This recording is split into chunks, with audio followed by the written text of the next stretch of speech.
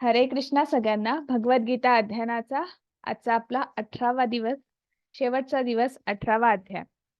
अध्याय सुरू करण्यापूर्वी आपण प्रणाम मंत्र म्हणूया आणि अध्यायाला सुरुवात करूया.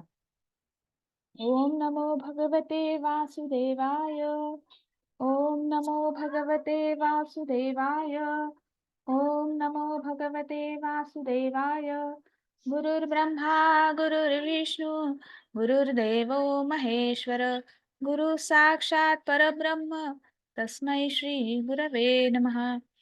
ओम अज्ञानतिमिरान्धस्य ज्ञानाञ्जनशलाकया चक्षुरुन्मिलितं येन तस्मै श्री गुरवे नमः. नमः ओम विष्णुपादाय कृष्णपृष्ठाय भूतले श्रीमते भक्तिवेदान्त स्वामी इति नामिने. नमस्ते सरस्वती देवी गौरवाणी प्रचारिणे निर्विशेष शून्यवादी पाश्चात्य देशतारिणे. जय श्री कृष्ण चैतन्य प्रभु नित्यानंद श्री अद्वैत गदाधर श्रीवासादि गौर भक्त वृंद. हरे कृष्ण कृष्ण कृष्ण हरे हरे, हरे राम राम राम हरे हरे. हरे कृष्ण कृष्ण कृष्ण हरे हरे, हरे राम राम राम हरे हरे. हरे कृष्ण कृष्ण कृष्ण हरे हरे, हरे राम राम राम हरे हरे. हरे कृष्ण कृष्ण कृष्ण हरे हरे, हरे राम राम राम हरे हरे. हरे कृष्ण कृष्ण कृष्ण हरे हरे, हरे राम राम राम हरे हरे. हरे कृष्णा सगळ्यांना. पुन्हा एकदा सगळ्यांचं खूप खूप स्वागत आहे. आजचा आपला 18वा दिवस, 18वा अध्याय. अध्याय सुरू करण्यापूर्वी आपण श्री श्री राधा गोविंद यांना साष्टांग वंदन करूया. आपले गुरु श्री श्रील प्रभुपाद यांना साष्टांग वंदन करूया.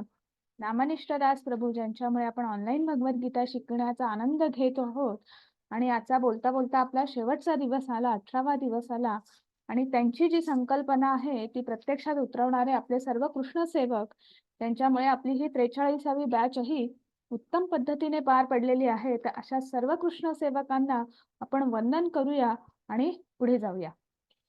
आपला कालचा अध्याय होता श्रद्धात्रय विभाग योग. त्याच्यामध्ये आपण बघितलं होतं की अर्जुनाचे काही प्रश्न होते किंवा उपासनेबद्दलची चौकशी होती की उपासना कशी असते, कुठल्या प्रकारात मोडते, आणि त्यावर भगवंतांनी उत्तर दिलं होतं. भगवंत म्हणतात उपासना ही 3 प्रकारची असते. आपण या 3 गुणांमध्ये आपण बद्ध आहोत.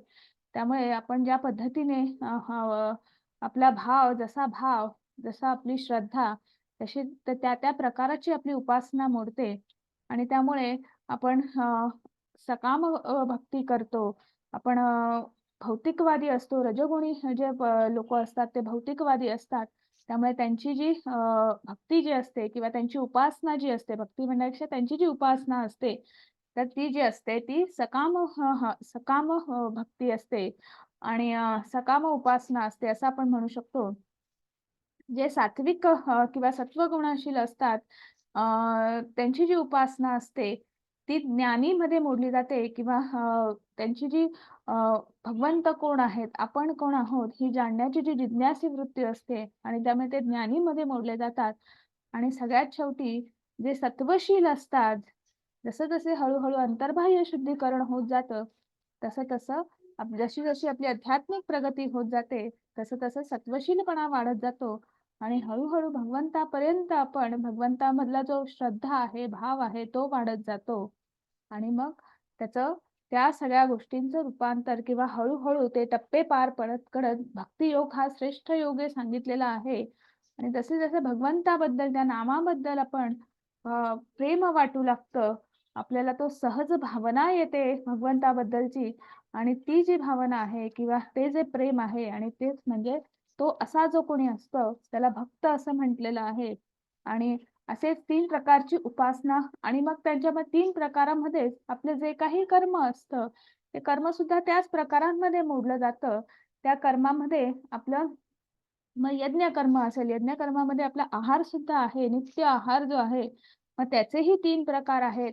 मग दान, तपस्या याचेही 3 प्रकार सांगितलेले आहेत, की आपण जे अ, जे ज्या पद्धतीने आपण दान देतो, ज्या पद्धतीने आपण यज्ञामध्ये सुद्धा आहार सांगितलेला आहे, त्याच्यानंतर नामस्मरण जी उपासना आहे ती सांगितलेली आहे. दान सांगितलेलं आहे आणि ह्या सगळ्यांचे 3 प्रकार किंवा 3 प्रकारात मोडलं जातं. म्हणजे तुमचं सात्विक दान कसं आहे, की तुम्ही कर्मफळाची अपेक्षा ठेवत नाही.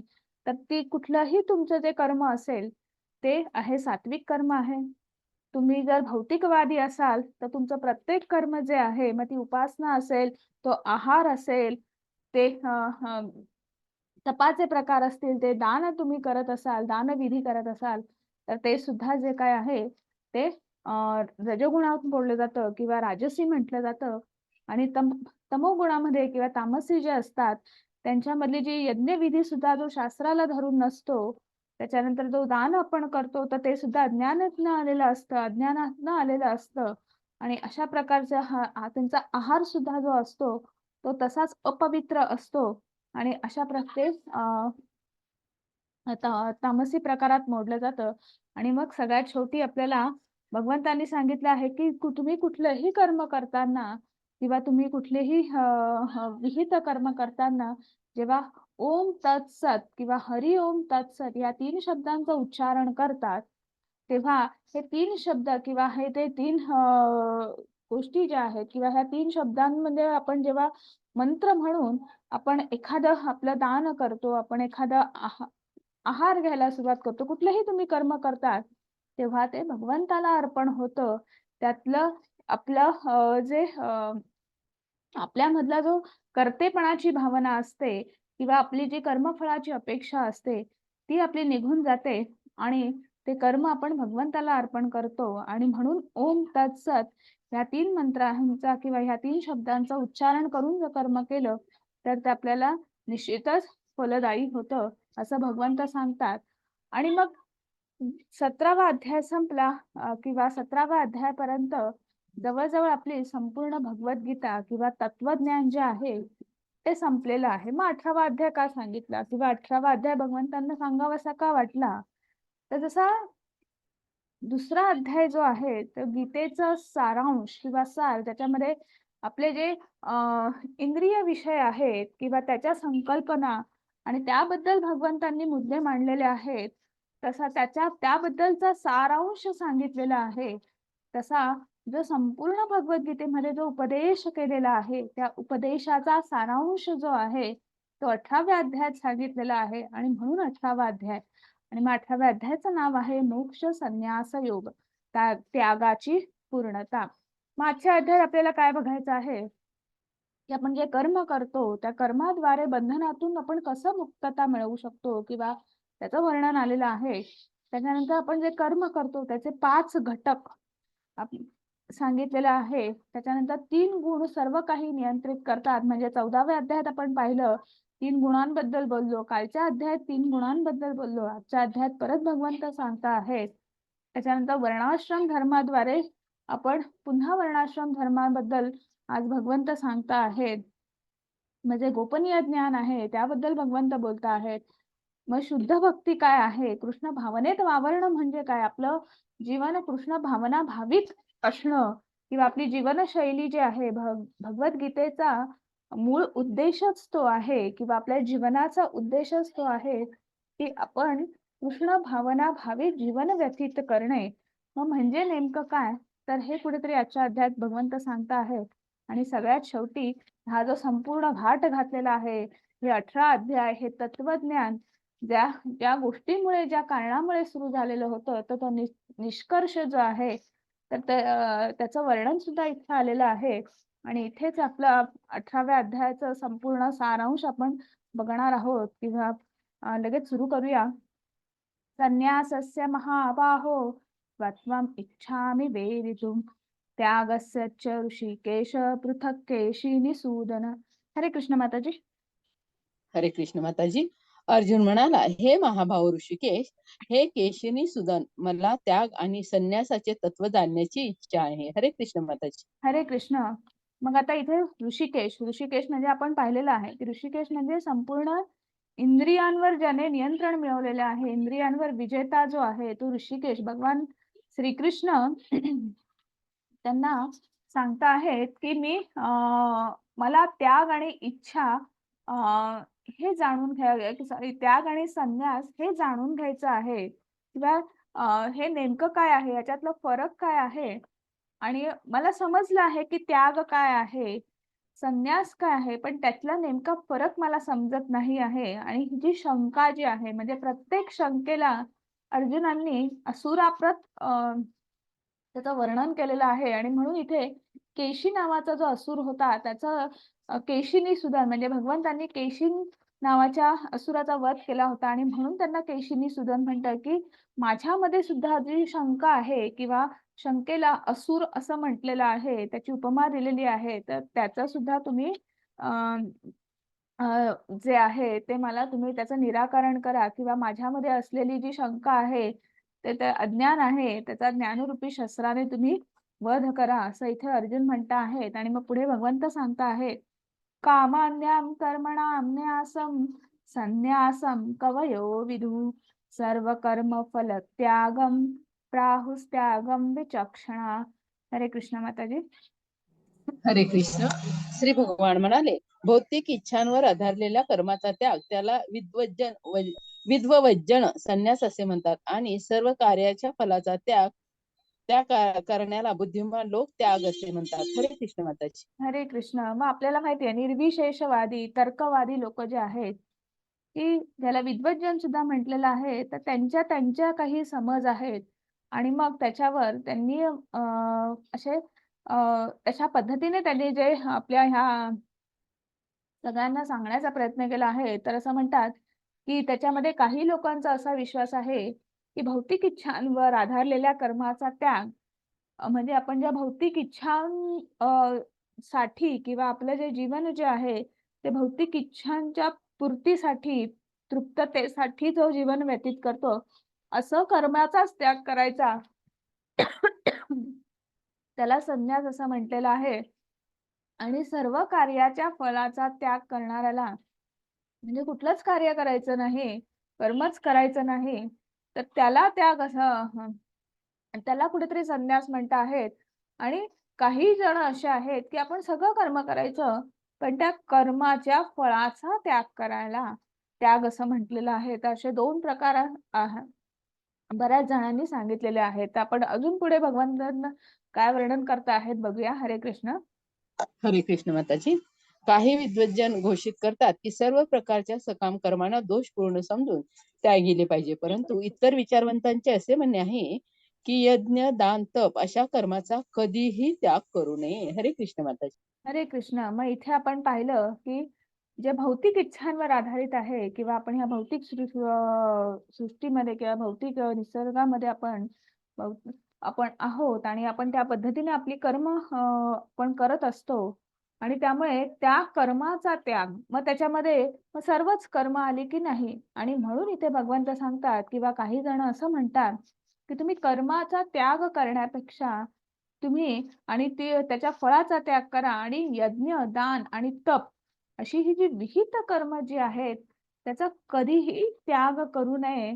आणि ती कर्म गृहस्थाश्रमी किंवा सगळ्यांनीच ती सतत केली पाहिजे. सकाम भक्ती करणाऱ्यांनी, निष्काम भक्ती करणाऱ्यांनी सगळ्यांनी ती कर्म केली पाहिजे. आणि मग पुढे म्हणता आहे, यज्ञ दान तप कर्म न त्याज्यम कार्यमेव तत् यज्ञोदान तपश्चैव पावनानि मनीषिणाम्. हरे कृष्ण माताजी. यज्ञ, दान, तप या स्वरूपाच्या कर्माचा त्याग करू नये. ती कर्म केली पाहिजेत. यज्ञ, दान आणि ही तर महात्म्यांना देखील पवित्र करतात. हरे कृष्ण. मग यज्ञ, दान आणि तप ही जी कर्म आहेत, ह्या कर्माचा त्याग न करणं, कारण की त्या कर्म करता करता आपलं अंतर्बाह्य शुद्धीकरण होत असतं. किंवा आपण हळू-हळू आपण यज्ञ करत असताना, दान करत असताना आपण आता त्याचेही 3 प्रकार आपण कालच्या भागात पाहिलेले आहेत की नाही कालच्या अध्यायामध्ये. मग जेव्हा आपण ही कर्म करत असतो, तेव्हा आपण एका एक धारणा धरतो किंवा आपण भगवंताला ते कर्म अर्पण करत असतो आणि त्या भावनेने करत असतो. त्यामुळे हळू-हळू आपली भगवंताबद्दलची श्रद्धा जी आहे ती आरूढ होते किंवा ती दृढ होते आणि म्हणून अशी कर्म जी आहेत ती सामान्यांना सुद्धा पण इव्हन जे महात्मे आहेत त्यांना सुद्धा त्यांचं सुद्धा अंतर्बाह्य शुद्धीकरण करतात किंवा त्यांना सुद्धा हळू त्यांची प्रगती जी आहे अध्यात्मातली ती पुढे-पुढे जाते आणि म्हणून ह्या कर्मांचा कधीही त्याग करू नये आणि ही कर्म जी आहेत, ती कर्तव्य बुद्धीने करावीत आणि त्याच्यासाठी अजून भगवंत सांगता आहेत, "एतानपि तु कर्माणि संगम त्यक्त्वा फलानि च कर्तव्यानिति मे पार्थ निश्चितं मत्तम उत्तमम." हरे कृष्ण माताजी. हरे कृष्ण. ही सर्व कर्म कोणत्याही प्रकारची आसक्ती किंवा फलांच्या अपेक्षा विना केली पाहिजेत हे पार्थ. ही कर्म कर्तव्य बुद्धीने केली पाहिजेत हे माझे अंतिम मत आहे. हरे कृष्ण माताजी. हरे कृष्ण. मग आपण कुठलंही जे कर्म करत आहोत, तर ते कर्म करत असताना ते कर्म म्हणजे आपण कर्तव्य आहे म्हणून केलं पाहिजे. मला उगाचच कुठल्यातरी वेगळ्या भावनेने न करता म्हणजे इथे आपल्याकडे एक उदाहरण आहे. की बघा इथे तुम्हाला चित्र दिसतं आहे. त्या चित्रामध्ये एक शेळीचं पिल्लू आहे. ते वाहत जात आहे, प्रवाहाबरोबर वाहत जात आहे आणि त्याला पोहता येत नाही. पण तिथे ते दोघं जण जे आहेत त्यांना छान पोहता येतं. तर त्यांना पोहता येतं म्हणून वाहत जाणाऱ्या त्या पिल्लूचा त्या शेळीचा त्यांनी तिथे जीव वाचवलेला आहे. कारण आणि ते त्याच्यामागे त्यांचं कुठलंही वैयक्तिक स्वार्थ नाही किंवा कारण नाही. नसण्याचं कारण असं, की त्यांना पोहता येतंय आणि ते पिल्लू प्रवाहासोबत वाहत जात आहे. तर आपलं कर्तव्य आहे, की जो पोहणारा आहे त्याने बुडवणाऱ्याला वाचलं पाहिजे. असं इतकी सहज भावना म्हणजे आपण कुठलंही कर्म करत असू, तर ते कर्म करत असताना आपण ते कर्तव्य बुद्धीने केलं पाहिजे. जेव्हा आपण कर्तव्य बुद्धीने करतो, तेव्हा निश्चितच आपल्याला फळाच्या अपेक्षेचा विसर पडतो किंवा फळाच्या अपेक्षेचा त्याग सुद्धा आपल्याकडनं होतो. मग 3 प्रकारची कर्तव्य असतात किंवा कर्म असतात. मग विहित कर्मामध्ये बघा, की काही-काही आपण कर्म करत असतो बघा. किंवा आपली जी जीवनशैली आहे, तर अशा प्रकारची आपण कर्म करत असतो, की आपल्याला असं वाटतं की ती कर्म करत असताना जी अज्ञानातून आलेली असतात किंवा अ, अ, ती भ्रम असतो आणि मग म्हणून आपल्याला असं वाटतं, की नाही हे आपण केलंच पाहिजे. आपण जेव्हा भौतिकवादी अ, ह्या भौतिक सृष्टीमध्ये आहोत किंवा भौतिक जगामध्ये आहोत आणि आपल्याला फक्त सगळ्या गोष्टीचा मोह आहे, तो भ्रम आहे आणि मग ते सगळं करण्यासाठी आपल्याला ज्या इच्छा आहेत, जे इंद्रिय विषय आहेत, त्या आसक्ती आहेत, त्या मिळवण्यासाठी आपण मग कुठल्याही प्रकारे आपण त्या मिळवण्यासाठी प्रयत्नशील असतो, प्रयत्न करत असतो. अशी जी कर्म आहेत किंवा असं जे जीवनशैली आहे, ते आपलं विहित कर्म नाही किंवा विहित कर्तव्य नाही. दुसरं असं असतं, की काही गोष्टी ज्या आहेत त्या आपण आवड म्हणून करतो. आवडपेक्षा पॅशन म्हणजे मग ते उगाचच काहीतरी हे मी केलं, तर माझं कुठेतरी नावलौकिक होईल, की मी हे करू शकतो. मग ते कदाचित कठीण कर्तव्य आहे किंवा एखादी आपल्या मनात भीती आहे आणि ती भीती घालवण्यासाठी, की तेही विहित कर्म नसतं. ज्याच्याने आपण जास्त अजून भौतिकवादी होतो आहे, भौतिक बंधनात अडकतो आहे. आपल्याला असं वाटतं, की हे आपण जीवात्मा आणि आपण ह्याच भौतिक सृष्टीमध्ये जन्माला आलो आणि इथेच आपण आपला मृत्यू होणार आहे. म्हणजे आपल्या शरीराचं आपला देह नष्ट झाला, अशा देहाचा मृत्यू झाला, की आपल्या आत्म्याचा सुद्धा मृत्यू होणार आहे. त्यामुळे अ, अशा विश्वासाने जी कर्तव्य किंवा म्हणजे अशा विश्वासाने आपण फक्त भौतिकवादी जीवन व्यतीत करत असतो आणि मग त्याच्यासाठी आपण खूप पॅशनेट असतो. काही-काही गोष्टींसाठी बाबतीत आपण करत असतो. तर ही झाली कठीण ही सुद्धा विहित कर्म नाही आणि काही कर्म जी आहेत ती जे अज्ञानातनं आलेली जी कर्म आहेत किंवा जी जीवनशैली आहे, मग ती तामसी जीवनशैली आहे. जी आपण एक पॅशन म्हणून करत असतो आणि आपल्या कुठल्यातरी माझं पण एखादं नाव लौकिक होण्यासाठी तो मिथ्य अहंकार आपल्यामध्ये असतो की नाही? तर तो ते जपण्यासाठी आपण करत असतो. एक खोटी प्रतिष्ठा जपण्यासाठी आपण जी कर्तव्य करत असतो आणि ते राजसी कर्तव्य असतात आणि तिसरं जे आहे, की ते म्हणजे सात्विकीपणामध्ये मोडलं जातं. म्हणजे चांगुलपणा आपल्यामधला आपण स्थिरावून आपण कर्तव्य बुद्धीने म्हणजे मगाशी जे उदाहरण आपण पाहिलं, अशा पद्धतीचे आपण अनेक कर्म रोजच्या व्यवहारात करत असतो. तर ती सात्विकी कर्म आहेत. ती फक्त ती भगवंताला अर्पण करण्यासाठी किंवा आपल्या मग त्यातला तो आहार सुद्धा असेल, तर आहार सुद्धा आपण कसा सात्विक आहार करतो. सात्विक आहार प्रसाद दाखवून म्हणजे आपण प्रसाद ग्रहण करतो किंवा ही छोटी-छोटी गोष्टी आहेत, की ते कर्तव्यापोटी पण कर्तव्य कसं, की चांगुलपणातून आलेलं असं जे आहे, ही सगळी आहेत ती विहित कर्म आहेत. आणि मग आपल्याला बऱ्याच वेळा असं वाटतं, की कर्म किंवा जी आपण जी करत असतो, तर ती फक्त आपला आत्माच करत असतो आणि आत्मा ह्या इंद्रियांच्या मदतीने आपली ही सर्व कर्म करत असतो. आणि त्यामुळे काय होतं, की जे राजसी असतात किंवा जे तामसी असतात, त्यांना हा विसर पडतो, की कर्माचा एक 5वा घटकही आहे, जो आपल्याला वेगवेगळ्या अध्यायांमध्ये भगवंतांनी सांगितलेला आहे. 5व्या अध्यायात सांगितलेला आहे, की अ, त्याच्यानंतर 15व्या अध्यायात सांगितलेलं आहे, उपदेष्टा हनुमंता, हो की नाही? त्याच्यानंतर सर्व लोकै महेश्वरम 5व्या अध्यायात भगवंत सांगत आहेत. आजच्या अध्यायात परत सांगत आहेत. त्याचं आपण एक उदाहरणासकट बघूया. तिथे हे एक जमीन आहे, बॅरल लँड आहे आणि याच्यामध्ये बघा, की अ, काही टीम ऑफ आर्किटेक्ट म्हणू शकतो, इंजिनिअर्स म्हणू शकतो. ते आले आणि त्यांनी ह्या बॅरल लँडचा आपण कसा उपयोग करू शकतो, त्याच्यावर त्यांनी विचार करून त्यांनी एक डिझाइन तयार केलं आणि डिझाइन तयार केल्यानंतर तिथे एक स्ट्रक्चर उभं राहिलं कामगारांच्या मदतीने, लेबर्सच्या मदतीने आणि मग त्याच्यानंतर त्याच्यात मशिनरीज आल्या आणि मग त्याच्यावर काम सुरू झालं, फॅक्टरी सुरू झाली आणि मग तो फॅक्टरी सुरू झाल्यानंतर त्याचं जे फायनल प्रॉडक्ट आहे, फिनिश प्रॉडक्ट आहे, जे वस्त्र आहे, तर ते मार्केटमध्ये सुद्धा विकायला आलं. म्हणजे ह्या सगळ्या गोष्टी म्हणजे बघा, इथे आले परिश्रम आले, प्रयत्न आले. त्याच्यानंतर कर्ता म्हणजे हे सगळे जे आहेत मग इंजिनिअर्स असतील, लेबर्स असतील, हे सगळे जे असतील, की तिथे कर्ता म्हणून ते तिथे आहेत. त्याच्यानंतर त्यांचे प्रयत्न आहेत, त्यांचं श्रम आहे आणि त्याच्यानंतर त्यांची सगळी इंद्रिय जी आहेत, मग बुद्धी असेल, मनापासून सर्व जी इंद्रिय जी आहेत, ते तिथे कार्यशील झालेली आहेत. तर ह्या 3 गोष्टी तर आहेच, पण त्याबरोबर अधिष्ठानम म्हणजे ते जे स्थान जे आहे, त्याला सुद्धा महत्त्व आहे.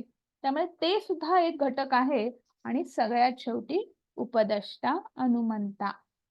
भर्ता भोक्ता महेश्वरम म्हणजे काय? तर भगवान श्रीकृष्ण जे आहेत आपण कुठलीही गोष्ट करत असताना आपण ती गोष्ट आपल्याला असं वाटतं, की आपण करतो आहोत. पण ती करण्यासाठी भगवंत अनुमती देत असतो. भगवंत आपल्याला ती करण्याची अनुमती देतो आणि म्हणून ती गोष्ट पूर्णत्वास येते.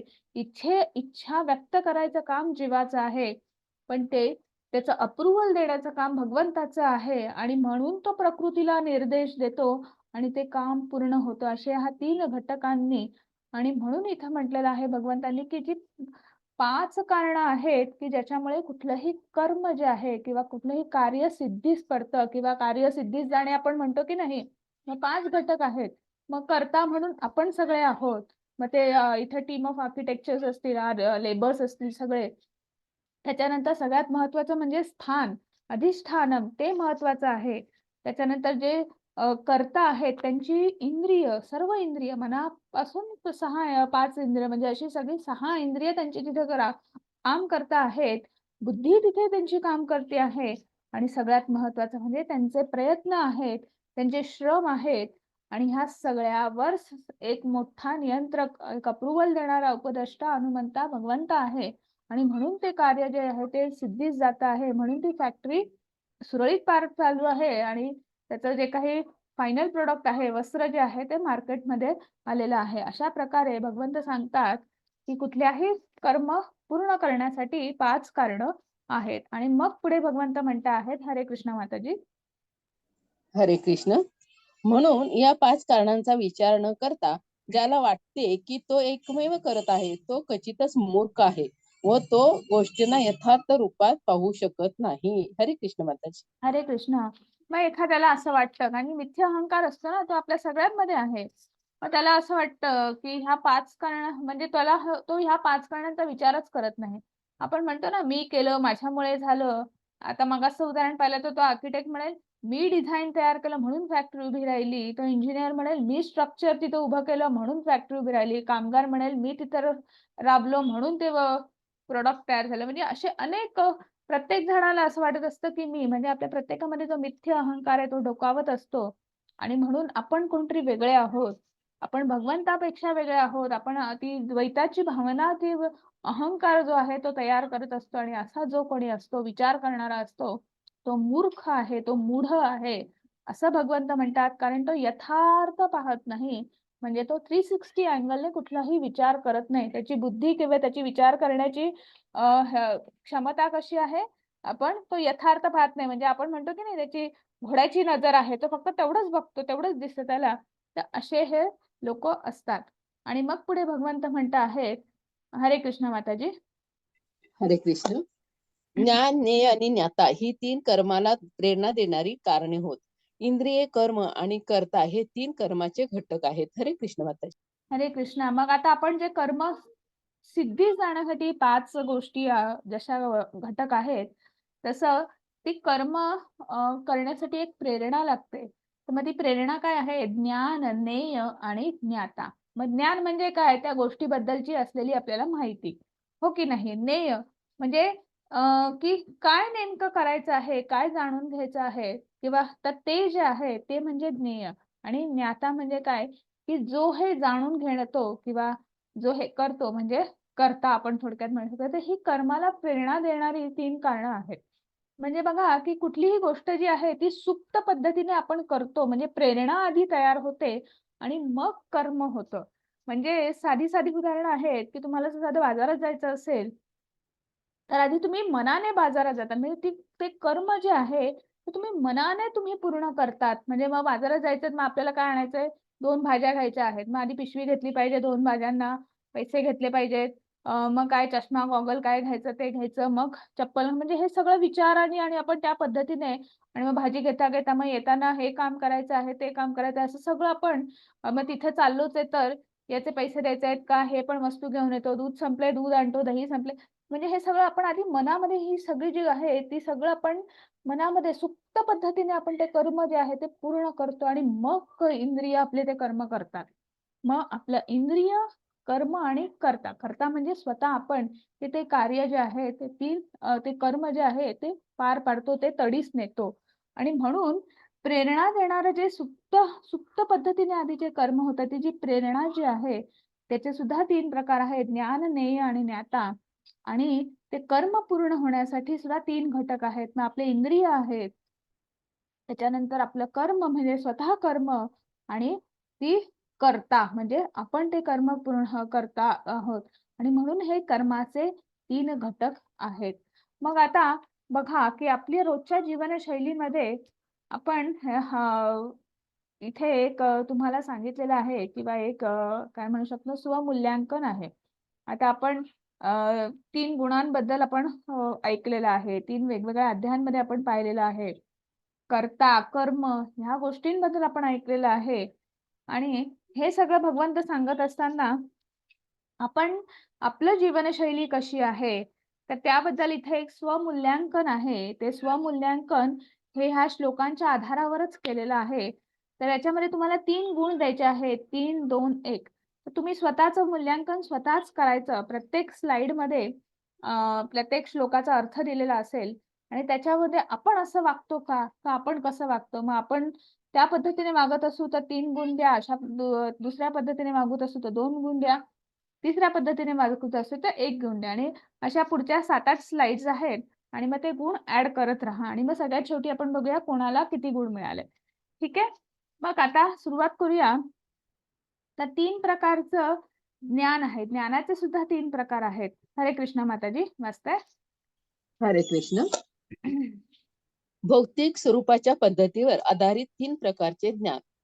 ज्या ज्ञानामुळे अनंत रूपात विभाजित असलेले सर्व जीवांमध्ये एकच अव्यक्त अध्यात्मक स्वभाव दिसून येतो, त्या ज्ञानाला तू सात्विक समज. ज्या ज्ञानामुळे अनंत रूपात विभाजित असलेल्या सर्व जीवांमध्ये एकच अविभक्त आध्यात्मिक स्वभाव दिसून येतो, त्या ज्ञानाला तू सात्विक समज. 18.21 मध्ये असे सांगतात, ते ज्ञान ज्याद्वारे प्रत्येक भिन्न शरीरात भिन्न प्रकारचे जिवंत अस्तित्व आहे, हे आपणास समजले पाहिजे की आपण उत्कटतेच्या स्थितीत असणे आवश्यक आहे. 18.22 मध्ये सांगतात, आणि ते ज्ञान ज्यामुळे मनुष्य एकाच प्रकारच्या कार्याला सर्वस्व समजून आसक्त होतो, त्याला सत्याचे ज्ञान राहत नाही, व जे अतिशय अल्प असते ध्यान त्या ज्ञान ध्यान आहे का माताजी ते? त्या ध्यानाला तमोगुणी ज्ञान म्हणतात. हा, त्या ध्यानाला आलं, त्याच्या पुढे हे आलंय, हा, हा. तमोगुणी ज्ञान असे म्हणतात. हरे कृष्ण माताजी. हरे कृष्ण. मग इथे भगवंत सांगता आहेत की जे सात्विक म्हणजे काय, की जिथे अद्वैताची भावना आहे, भगवंतांना संतुष्ट करण्यासाठी आपण ज्या गोष्टी करतो किंवा जसे उपासना करतो म्हणा, जे विहित कर्म करतो, आणि भगवंत कोण आहेत, आपण कोण आहोत, तर ही जी समज जी आहे, तर हे जे ज्ञान आहे हे सात्विकी ज्ञान आहे. दुसरं जे आहे की राजसी ज्ञान म्हणजे उत्कटेतून आलेलं, म्हणजे आपण जे भौतिकवादी असतात, त्यांचा शास्त्रांवरचा विश्वास म्हणजे फक्त सकाम बुद्धी किंवा आपल्याला काहीतरी मिळवायचं आहे, की याचक बुद्धी असते, की मला हे मिळवायचं आहे, तेवढाच त्यांचा शास्त्रांवर विश्वास असतो. इंद्रिय तृप्तीसाठी भौतिक जीवनामध्ये आपण जास्तीत जास्त आपण ते बौद्धिकवादी असतात, आणि त्यामुळे जास्तीत जास्त आपण कसं आपण सक्सेस मिळेल, की आपण कसं आपलं नाव होईल, म्हणजे खोटी प्रतिष्ठा, खोटा अहंकार जो आहे तो जपण्याचा प्रयत्नशील असतात ते. म्हणजे ते कसं खूप पॅशनेट असतात, असे जे असतात. तर हे सगळं जे आणि त्या पद्धतीने ते सगळं वावरत असतात, करत असतात. म्हणजे मी कोणीतरी वेगळा आहे, भगवंत कोणीतरी वेगळा आहे, आणि माझं स्वतंत्र अस्तित्व आहे, माझ्या अस्तित्वाला मला जपलं पाहिजे. म्हणजे ह्या ह्या अशा बुद्धीने ते त्यांचं जीवन व्यतीत करत असतात. हे जे आहे हे राजसी ज्ञान आहे. आणि तिसरा प्रकार जो आहे की सगळ्या गोष्टींचा मोह आहे, पण निष्क्रियता आहे, आणि त्यामुळे आपण वाम मार्गाने सुद्धा ती गोष्ट मिळवली पाहिजे, आणि अशा पद्धतीने ते त्यांचं जीवन व्यतीत करत असतात. आणि असं जे ज्ञान आहे की आणि त्या बाबतीत त्यांना कुठल्याही ला धरून त्यांचं कुठलंही कर्म नसतं. मग विहित कर्म तर बाजूलाच राहिलं. कुठलंही कर्म जे असतं ते नियमांना धरून नसतं. तिथे नियम मोडले जातात, शास्त्र मोडलं जातं. सगळं म्हणजे तर हे सगळं जे ज्ञान आहे आणि अशा पद्धतीने ते वावरत असतात, आपलं जीवन व्यतीत करत असतात. तर ते तमोगुणी ज्ञान आहे. आणि मग याला मूल्यांकन आहे 3, 2, 1. आता तुम्ही बघा, तुम्ही या कुठल्या प्रकारात मोडतात, आणि अशा पद्धतीने तुम्ही तुमचं मूल्यांकन सुरू करू शकता. आता आपण पुढची स्लाइड बघूया. हरे कृष्ण माताजी. हरे कृष्ण. 18.23 मध्ये असे सांगितले, जे कर्म नेमलेले आहे आसक्तीशिवाय केले जाते, ते जे राग द्वेष न ठेवता आणि फलप्राप्तीच्या इच्छेविना केले जाते, त्या कर्माला सात्विक कर्म म्हणतात. 18.24 मध्ये असं सांगतात, परंतु फल आणि अशी इच्छा धरणाऱ्या मनुष्याकडून मोठ्या प्रयासाने जे कर्म केले जाते व जे मी त्या अहंकारयुक्त बुद्धीने केले जाते, ते रजोगुणी कर्म होय. 18.25 मध्ये सांगतात, जे कर्म मोहाने शास्त्रीय आदेशाचे अवहेलना करून व भावी बंधनाची पर्वा न करता किंवा हिंसा अथवा दुसऱ्यांना क्लेश देण्याकरता केले जाते, त्या कर्माला तामसिक कर्म असे म्हणतात. हरे कृष्ण माताजी. हरे कृष्ण. मग आता हे बघा, हे सगळंच सेल्फ एक्सप्लेनेटरी आहे. की सात्विक कर्म कसं आहे, की जिथे फळाची अपेक्षा नाही, भगवंताच्या संतुष्टीसाठी, आनंदासाठी ते कर्म केलं जातं. आणि मग ते कुठलंही कर्म असेल, तर त्या त्या पद्धतीचं कर्म म्हणजे सात्विकी कर्म आहे. राजसी कर्म कसं, की आपल्याला कुठल्यातरी फळाची अपेक्षा आहे, कुठलीतरी मनामध्ये स्वार्थ बुद्धी आहे.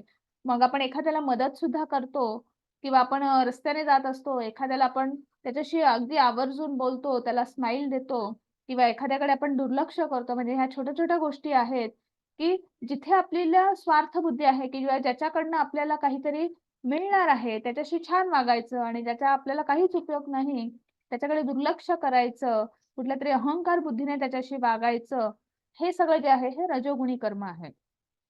तमोगुणामध्ये कोणाचीच पर्वा नसते. सगळ्यांना आपण म्हणजे कुठलाही शास्त्रच मान्य नाही, त्यामुळे कुठले नियम सुद्धा मान्य नाही. म्हणजे अगदी तुम्हाला सरकारने घालून दिलेले आहे, गव्हर्नमेंटने, आता प्रत्येक देशाचे काय काय नियम असतात, राज्याचे नियम असतात. ते त्यांची सुद्धा म्हणजे शास्त्र विधी तर बाजूलाच राहिल्या. आपण ज्या देशात राहतो, ज्या राज्यात राहतो, ज्या शहरात राहतो, तिथले जे काही नियम आहेत, त्याची सुद्धा ते पर्वा करत नाही आणि सतत दुसऱ्याला वाईट बोलणं, क्लेश देणं, त्रास देणं, हिंसा करणं, अत्याचार करणं आणि आपल्याला व्यसन करणं. त्याच्यानंतर आपल्याला जे हवं आहे, ते कुठल्या येन केन प्रकारेण ते मिळवलंच पाहिजे, अशा बुद्धीने जे कर्म करतात, ते तामसिक कर्म असतं. आणि मग 3, 2, 1 असं पुन्हा याचं मूल्यांकन आहे. तर आता मागची स्लाईड आणि आताची स्लाईड तुम्ही ॲड करा. आपण लगेच पुढे जाऊया. हरे कृष्ण माताजी. हरे कृष्ण. भौतिक स्वरूपाच्या पद्धतीवर आधारित 3 प्रकारच्या क्रिया.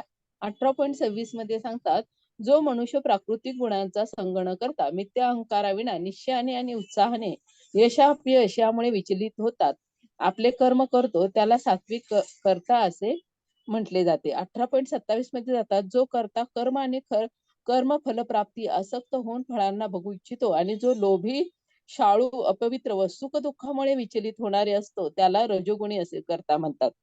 18.28 मध्ये सांगतात, जो कर्ता नेहमी शास्त्र विरुद्ध कर्म करतो, जो भौतिकवादी, हट्टी, कपटी, दुसऱ्याचा अपमान करण्यात तरबेज असतो व जो आळशी, सदैव आणि काम करताना चाल ढकल करणारा असतो, त्याला तमोगुणी असे म्हटले जाते. हरे कृष्ण माताजी. हरे कृष्ण. मग आता कर्त्याचे सुद्धा 3 प्रकार आहेत, की ज्याच्यामध्ये कुठलाही मिथ्य अहंकार नाही आहे, दृढ निश्चय आहे, सतत उत्साही आहे आणि कुठल्याही प्रकारचं यश असू दे किंवा अपयश असू दे, सुख असू दे, दुःख असू दे, समान भावना आहेत. तर असा जो कोणी आहे, हा सात्विक आहे, सात्विक कर्ता आहे, सात्विक पुरुष आहे. त्याच्यानंतर दुसरा जो आहे तो रजोगुणी आहे, की सतत कर्मफळाची अपेक्षा असते, कारण तो मुळात भौतिकवादी असतो. त्यामुळे नेमकं काय होणार आहे, की अपेक्षित त्यांच्या मनामध्ये एक ठरवलेलं असतं, की बाबा मला हे फळ अपेक्षित आहे आणि तशा पद्धतीनेच ते त्यांचं कर्म करत राहतात आणि त्यांच्या कर्माशी ते आसक्त असतात. त्यांच्या इंद्रिय विषयांशी ते आसक्त असतात आणि त्याच्यामुळे सुख-दुःखांना सुद्धा म्हणजे जे आहे विचलित होतात. यशापयशा जे आहेत त्याच्यामुळे त्यांना त्रास होतो. कारण की यशाचीच त्यांना असं वाटतं, की आपल्याला यशच मिळालं पाहिजे, अपयश नको. आपल्याला सुखच पाहिजे, आपल्याला दुःख नको. आणि कधी-कधी काय होतं, की ते इतके भौतिकवादी असतात, की मग रजोगुणाचा इतका कडेलोट होतो, की ते त्यांच्याकडनं प्रामाणिकपणा सुद्धा जो आहे, तो कुठेतरी बाजूला सरतो आणि मग आपल्याला माहिती आहे, की आता आपल्याकडे भ्रष्टाचार, करप्शन म्हणजे चुकीच्या मार्गाने सुद्धा आपल्याला हवी ती गोष्ट आपण मिळवतो. तर हा जो आहे, हा रजोगुणी कर्ता आहे. तमोगुणामध्ये काय आहे, की तमोगुणामध्ये शास्त्राविरुद्धच त्याची कर्म जी असतात, तो नेहमीच चुकीच्या भावनेने लोकांना अ, काय म्हणू शकतो, की अ, एक तर व्यसनी असतात. त्याच्यानंतर आपण काय वागत असतो? आपण दुसऱ्यांना त्रास देतो आहोत का? आपण कोणाला काही अपशब्द बोलतो आहे का? आणि आपल्याला जे हवं आहे ते मिळवतो आहे का? किंवा कोणाला मारझोड करतो आहे का? किंवा अशा पद्धतीने अरेरावी करून आपण आपल्याला हवी ती गोष्ट करतो आहेत का? तर हे सगळं जे आहे, त्याला तमोगुणी कर्ता असं म्हणतात. आणि त्याला सुद्धा मूल्यांकन आहे 3, 2, 1. आणि मग पुढे बघूया. हरे कृष्ण माताजी आता बुद्धीबद्दल बोलता आहेत. हरे कृष्ण. हरे कृष्ण. भौतिक स्वरूपाच्या पद्धतीवर आधारित 3 प्रकारच्या क्रिया.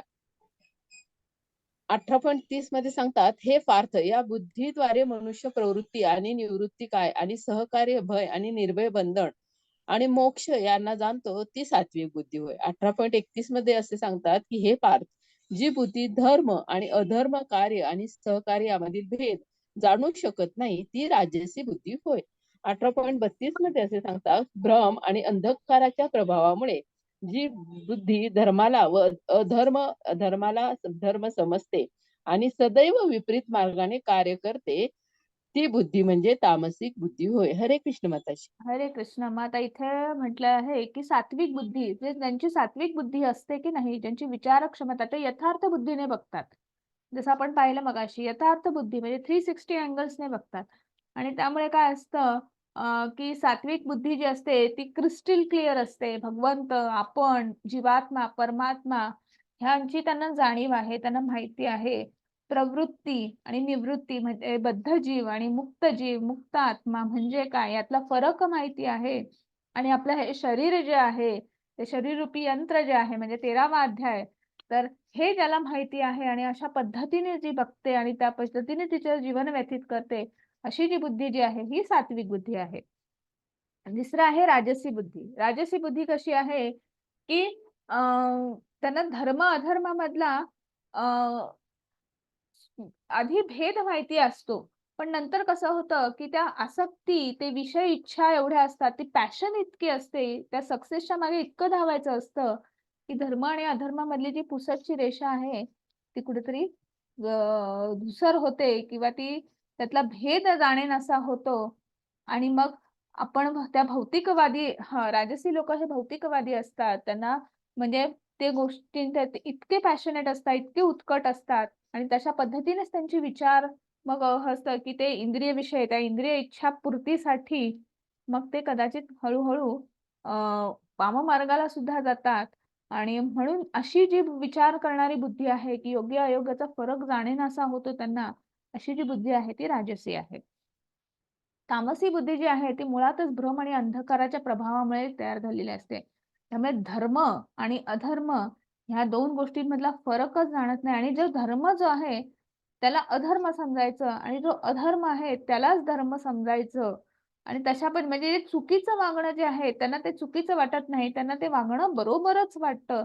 एखाद्याला उगाचच त्याच्यावर मारझोड करणे, कुठल्याही म्हणजे व्यसन करणं किंवा ह्या सगळ्या ज्या म्हणजे ज्या 4 गोष्टी आपण सांगितलेल्या आहेत, ज्या इस्कॉनमध्ये सांगितलेल्या आहे. मग मांसाहार असेल, व्यसन असेल, जुगार असेल, स्त्रीसंग असेल.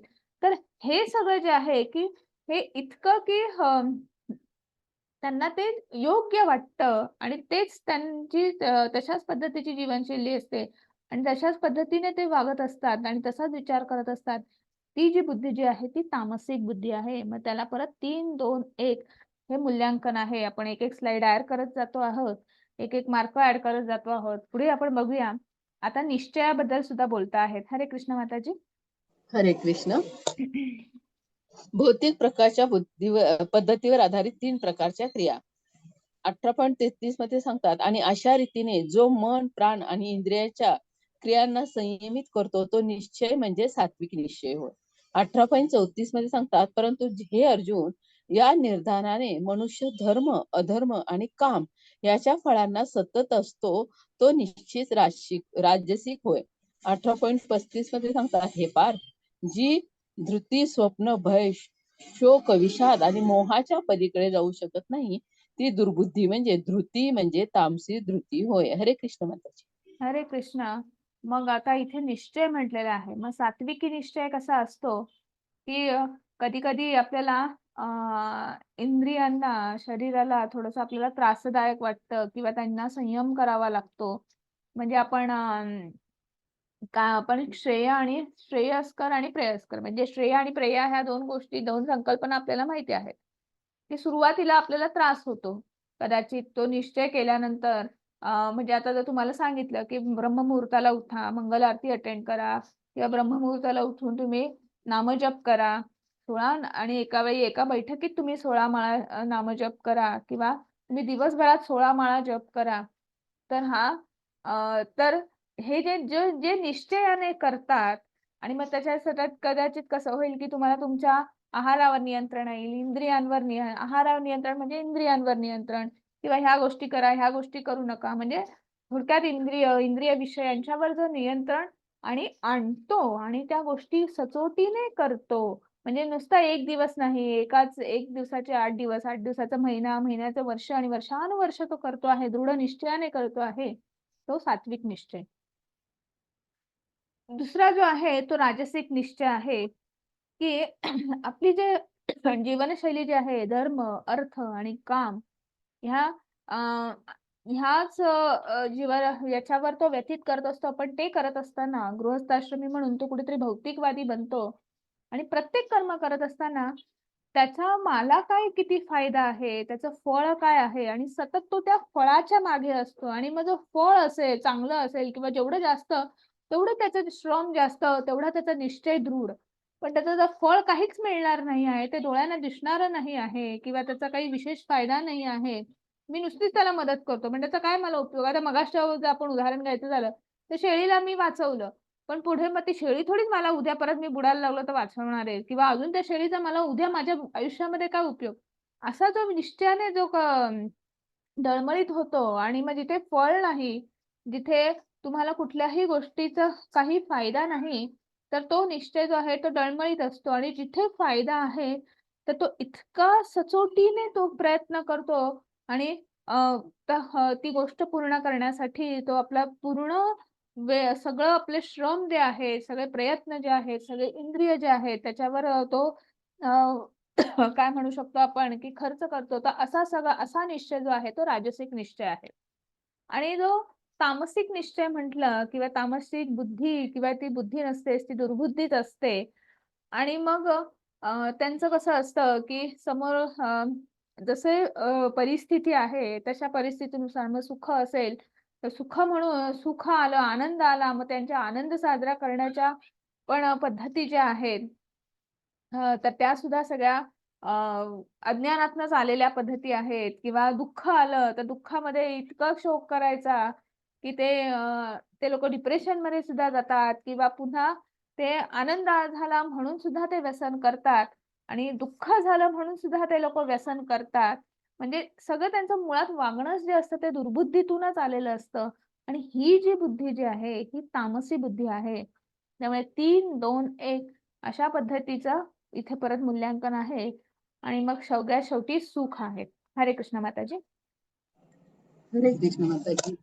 18.37 मध्ये असे सांगतात, जे आरंभी विषासमान प्रतीत होते, परंतु शेवटी अमृततुल्य असते आणि जे मनुष्याच्या ठिकाणी स्वरूप साक्षात्काराची जागृती करते, त्या सुखाला सात्विक म्हटले आहे. 18.38 मध्ये सांगितले आहे, इंद्रियाच्या विषयाशी संयोग झाल्याने प्राप्त होणारे सुख जे प्रारंभी अमृतासारखे भासते, परंतु जे विषयाप्रमाणे असते, त्या सुखाला राजसिक सुख असे म्हटले आहे. 18.39 मध्ये सांगतात, आणि जे सुख स्वरूप साक्षात्कार याकडे लक्ष देत नाही, जे आरंभापासून शेवटपर्यंत मोहमयी असते आणि जे निद्रा, आळस व प्रमाद यापासून उत्पन्न होते, त्या सुखाला तामसिक सुख असे म्हणतात. हरे कृष्ण माताजी. हरे कृष्ण. मग आता जसं आता आपण बोललो, की जे सुख जे आहे सुरुवातीला त्रासदायक वाटतं आणि मग त्याच्यामुळे काय होतं, पण त्याचा परिणाम असा होतो, की कालांतराने त्याचा फायदा हा चिरंतन असतो, अमृततुल्य असतो आणि तिथे आपण म्हणजे भक्ती मार्ग असेल, अध्यात्मातला मार्ग असेल, मग तुम्हाला इंद्रियांवर नियंत्रण ठेवा, तुम्हाला काही गोष्टींचा त्याग करा, कर्मफळाचा त्याग करा, इंद्रिय विषयांचा त्याग करा. तुम्ही कर्मसन्यासी व्हा वगैरे असं काय. मग तुम्ही नामजप करा, नामस्मरण करा, भगवंताची सेवा करा. हे सगळं जे आहे सुरुवातीला कदाचित त्रासदायक वाटतं, क्लेशदायक वाटतं, पण त्याचा फायदा काय आहे? चिरकाळासाठी त्याचा चिरंतन काळासाठी म्हणू शकतो, की तुमचा क्रमशः तुमचा ह्याच जन्मात नाही तर जन्मानुजन्म तुम्हाला ह्या गोष्टीचा तुम्हाला फायदा होणार आहे. तुमचा अकर्माचा बॅलन्स वाढणार आहे आणि तुम्ही निश्चितच तुमचा मुक्तीचा मार्ग जो आहे तो सुखकर होणार आहे किंवा हे जे आहे हे सात्विक सुख आहे. हे ज्याला समजलं आणि अशा पद्धतीने जो वागतो आहे किंवा अशा पद्धतीने त्याची जीवनशैली आहे, ते जे आहे ते सात्विक सुख आहे. राजसिक सुख काय आहे, की मुळात ते भौतिकवादी असतात. त्यामुळे इंद्रियांच्या विषयांशीच जे आहे, की तशा पद्धतीनेच मग ते तुम्हाला प्रारंभी सुखासारखं वाटू शकतं. म्हणजे जसं मी नेहमी उदाहरण देते, खाली उतरलो आणि मस्त नाक्यावर गरमागरम बटाटे वडे तळत आहेत, पाणीपुरी आहे. असं आहे की नाही सगळ्या लाईनीने स्नॅक्स सेंटर्स आहेत आणि आपण तिथे जातो. अ, काय आहे, की प्रारंभी अमृतासारखं वाटतं. आपल्याला एवढा आनंद होतो, वाह! मस्त पाणीपुरी खाल्ली, वडापाव खाल्ला गरमागरम आणि मग घरी आल्यावर काय होतं, की मग तू तू कुठेतरी पोट दुखेल, ॲसिडिटी होईल, ॲसिडिटीमुळे डोकं दुखेल. म्हणजे हे एक छोटं उदाहरण झालं. अशा अनेक गोष्टी ज्या आहेत, त्या तुम्हाला आपल्याला सुरुवातीला त्याचा आनंद वाटतो, पण त्याच्यानंतर पुढे त्रासच होतो. तर असं हे जे सुख जे आहे, हे राजसिक सुख आहे. त्याच्यानंतर तामसिक सुख असं आहे, की मुळातच सुख काय आहे? सुखाची संकल्पना काय आहे? तर हेच माहीत नसतं. त्यांच्यासाठी आपण दिवसेंदिवस आपण आळसासारखा पडलेलो आहोत, झोपलेलो आहोत. 11 आणि 12 वाजता उठायचं आणि आळशीपणा करायचा आणि आपल्याला हवं तसं वाटेल तसं वागायचं. तुम्ही नियम मोडता आहात. तुम्ही शास्त्रांचा तर मान्य नाहीच आहे. त्यामुळे ते तर बाजूलाच राहिलं. देव मान्य नाही आहे. पण जे नियम असतात म्हणजे अगदी रस्त्यावरून जाताना जो सिग्नल सुद्धा जो आहे त्याच्याकडे सुद्धा दुर्लक्ष करायचं. आणि हे सगळं जे आहे फक्त आपलं जीवन फक्त आपण आपल्या पद्धतीने जगायचं. म्हणजे काही नियम आहेत, काही चौकट आहे आणि त्या चौकटीत आपल्याला राहणं गरजेचं आहे किंवा त्या नियमांचं पालन करणं गरजेचं आहे. की असं काही माहीत नसतं किंवा असं वागायचंच नसतं आणि छान नियम मोडला, की त्यांना असं वाटतं, "वाह, वाह, वाह! सुख आहे." दिवसभर लोळत पडलं, आळसासारखं दुपारी 11-11 आणि 12-12 वाजेपर्यंत झोपत राहिलं वगैरे आणि रात्री उशिरापर्यंत जागणं, हे सगळं त्यांना हे जे सुख जे आहे, त्यांना असं सुख किंवा असं ज्यांना वाटतं, ते तामसिक सुख आहे. आणि मग याच्यात पण 3, 2, 1 असं मूल्यांकन आहे. तर आता ह्या सगळ्या स्लाइड्सचं किंवा तुम्ही घेतलं असेल मूल्यांकन आणि त्याची टोटल करा, बेरीज करा आणि त्याचं असं आहे, की जर तुम्ही 18च्या जवळ तुमचं मूल्यांकन असेल, तर ते निश्चितच छान आहे. 6च्या जवळ असेल, तर त्याचा तुम्हाला खूप प्रयत्न करायचे आहेत आणि आपल्या जीवनशैलीमध्ये किंवा आपल्या विचारांमध्ये आपल्याला थोडा बदल करायचा आहे आणि 12च्या जवळ असाल, तर तुम्ही निश्चितच तुम्ही अजून प्रयत्नांनी अजून तुम्ही पुढे जाऊ शकतात आणि स्वतःला अजून तुम्ही स्वतःचा उद्धार करू शकतात. आणि अशा पद्धतीने प्रत्येकाने आपापलं मूल्यांकन जे आहे, ते बघितलेलं आहे. हा निकाल आहे. म्हणजे आपली जी जीवनशैली म्हणजे भगवद्गीतेमध्ये काय सांगण्याचा प्रयत्न केलेला आहे आणि आपली जीवनशैली काय आहे, तर त्यानुसार आपण आता हा 18 दिवसाचा आपला कोर्स झालेला आहे.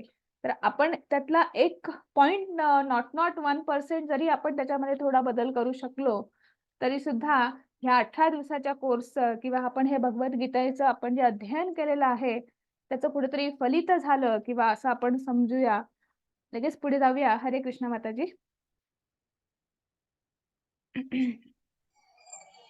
हरे कृष्ण माताजी. हं. ज्या ज्ञानामुळे अनंत रूपात विभाजित असलेले सर्व जीवांमध्ये एकच अविभक्त आध्यात्मिक स्वभाव दिसून येतो, त्या ज्ञानाला तू सात्विक समज. हरे कृष्ण माताजी. हरे कृष्ण. मग इथं पुन्हा भगवंत सांगत आहेत, की आता हा ब्रह्मस्तर आपल्याला माहिती आहे, की तिथे सर्वजण जे आहेत, की सगळीकडे भगवंतांचा अंश आहे, भगवंतांचं स्फुल्लिंग आहे आणि त्यामुळे सर्व जीवात्म्यांमध्ये भगवंत किंवा तो परमात्मा दिसतो आहे किंवा त्याची जाणीव आहे. तर ही जी समज जी आहे, हे ज्ञान जे आहे, हे सात्विक ज्ञान आहे, असं भगवंत सांगत आहेत. आणि मग पुढे म्हणत आहेत, हरे कृष्ण माताजी. हरे कृष्ण माताजी. हे पार्थ, जो निश्चय अचल आहे, जो योगाभ्यासाद्वारे खंबीरपणे धारण केलेला आहे आणि अशा रीतीने जो मन, प्राण आणि इंद्रियाच्या क्रियांना संयमित करतो, तो निश्चय म्हणजे सात्विक निश्चय होय. हरे कृष्ण माताजी. हरे कृष्ण. मग एक निश्चय जो आहे तो दृढ निश्चय आहे, खंबीरपणे आहे आणि असा निश्चय की तो सुरुवातीला कदाचित त्रासदायक असेल, क्लेशदायक असेल. पण नंतर कालांतराने तोच निश्चय जो आहे की तो आपल्याला चिरंतन काळासाठी आनंद देणारा आहे, सुख देणारा आहे आणि त्या निश्चयामध्ये तुमच्या इंद्रियांचं दमन होत आहे. तुम्ही अजून तुमचा विश्वास, श्रद्धा जी आहे ती दृढ होते आहे. असा हा सात्विक निश्चय असतो. आपल्याकडे एक उदाहरण आहे. प्रभुपाद यांचं उदाहरण घेतलेलं आहे. तुम्हाला घड्याळातले 4 घड्याळं दिसत आहेत. प्रत्येक घड्याळामध्ये म्हणजे प्रत्येक वेळा दर्शवल्या आहेत. म्हणजे सकाळी उठायचं, सकाळ म्हणजे ब्रह्ममुहूर्तावर उठायचं, मंगल आरती करायची. त्याच्यानंतर 6 वाजता भक्तांबरोबर, शिष्यांसोबत बाहेर पडायचं. मॉर्निंग वॉक आपण ज्याला म्हणतो आणि मग तो नुसता मॉर्निंग वॉक असतो का? नाही. मग तिथे थोडंसं कृष्णांच्या लीलांबद्दल थोडंसं वर्णन करायचं, सांगायचं किंवा भक्ती कशी करायची म्हणजे लोकांना तिथे सुद्धा अनुयायांना, शिष्यांना त्यांचं ते कृष्णाबद्दल म्हणा, भागवतमबद्दल म्हणा, भगवद्गीतेबद्दल म्हणा, तर काहीतरी ते सांगणार किंवा त्यांचं अ, त्याबद्दलचं ते ज्ञान जे आहे ते आदान-प्रदान करणार.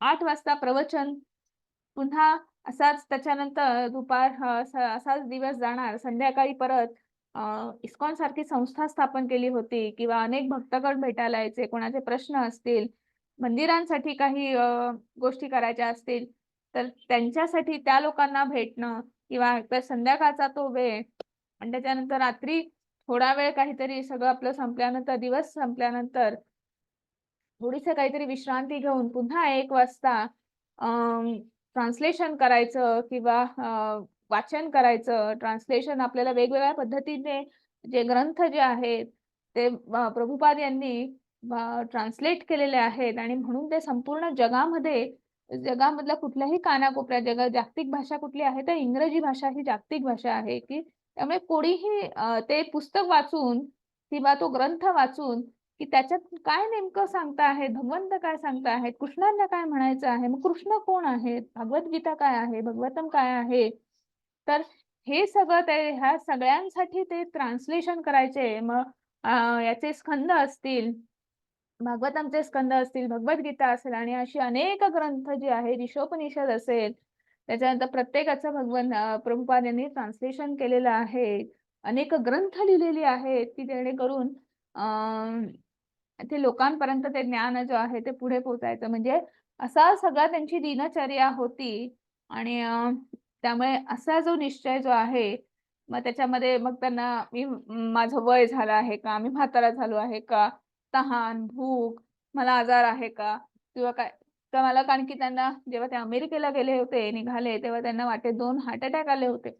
काही त्यांना त्याचा फरक पडला नाही. माझ्या तब्येतीला सोसवेल का वगैरे आपली अशी कारणं असतात की नाही, लिस्ट ऑफ कारणं असतात की नाही. तर त्यातला काहीही फरक पडला नाही आणि त्यांनी आपलं कार्य जे आहे ते अविरत पद्धतीने सुरू ठेवलं आणि असा जो निश्चय असतो तो सात्विक निश्चय असतो. आणि मग पुढे आपण अशा पद्धतीने आपण कर्म करत ज्या 4 वर्ण व्यवस्था आहे त्याच्यावर भगवंतांनी इथे सांगितलेलं आहे. तर पहिलं आहे शमो, दमस, तपः, शौचम, शांती, राजर्व मेवच. ज्ञानम, विज्ञानम, आस्तिक्यम, ब्रह्म, कर्म, स्वभावजम. शौर्य, तेजो, धृती, दाक्षम, युद्धे चपि अपलायनम. दानम, ईश्वरम, भावश्च, क्षात्रम, कर्म, स्वभावजम. कृषी, गोरक्ष, वाणिज्यम, वैश्यकर्म, स्वभावजम. परिचर्यात्मकम कर्म, शूद्रस्यापि स्वभावजम. हरे कृष्ण माताजी. हरे कृष्ण. शांती, आत्मसंयम, तपस्या, पावित्र्य, सहनशीलता, प्रामाणिकपणा, ज्ञान, बुद्धिमत्ता आणि धार्मिकता या स्वाभाविक गुणानुसार ब्राह्मण कर्म करतात. शौर्य, तेज, निर्धार, दक्षता, युद्धामध्ये धैर्य, औदार्य आणि नेतृत्व या स्वाभाविक गुणानुसार क्षत्रिय काम करतात. कृषी, गोरक्ष आणि व्यापार हे वैश्यांचे स्वभावजन्य कर्म आहे आणि श्रम व इतरांची सेवा करणे हे शूद्रांचे कर्म आहे. हरे कृष्ण माताजी. हरे कृष्ण. मग आता जे वर्ण जे आहेत, 4 वर्ण आहेत. वर्ण म्हणजे व्यवसाय. मग ब्राह्मण व्यवसाय असेल, क्षत्रिय व्यवसाय असेल, वैश्य व्यवसाय असेल किंवा शूद्र व्यवसाय असेल.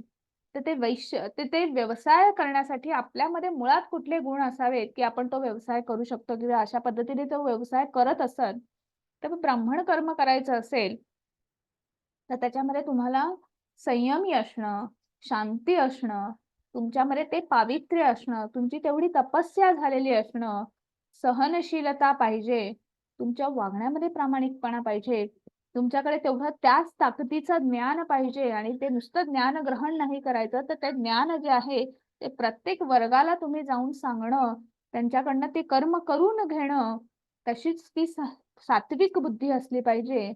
त्याच्यामध्ये धर्म काय आहे, धर्माचरण काय आहे हे माहिती पाहिजे. हा जो स्वाभाविक गुण आहे आणि याच्यानुसार जे कर्म करतात तर ते ब्राह्मण कर्म आहे. क्षत्रिय कर्म काय आहे, की क्षत्रिय म्हटलं की मुळातच त्याच्यामध्ये धैर्य असलं पाहिजे, शौर्य असलं पाहिजे. आपल्या राज्याचं रक्षण करणं, आपल्या प्रजेचं रक्षण करणं, आपल्या सीमेचं रक्षण करणं आणि त्याच्यासाठी लागणारी लीडरशिप क्वालिटी, त्याच्यासाठी लागणारं नेतृत्व, ते धैर्य, समोर शत्रू अनेक शस्त्र, वेगवेगळी विविध शस्त्र घेऊन उभा आहे.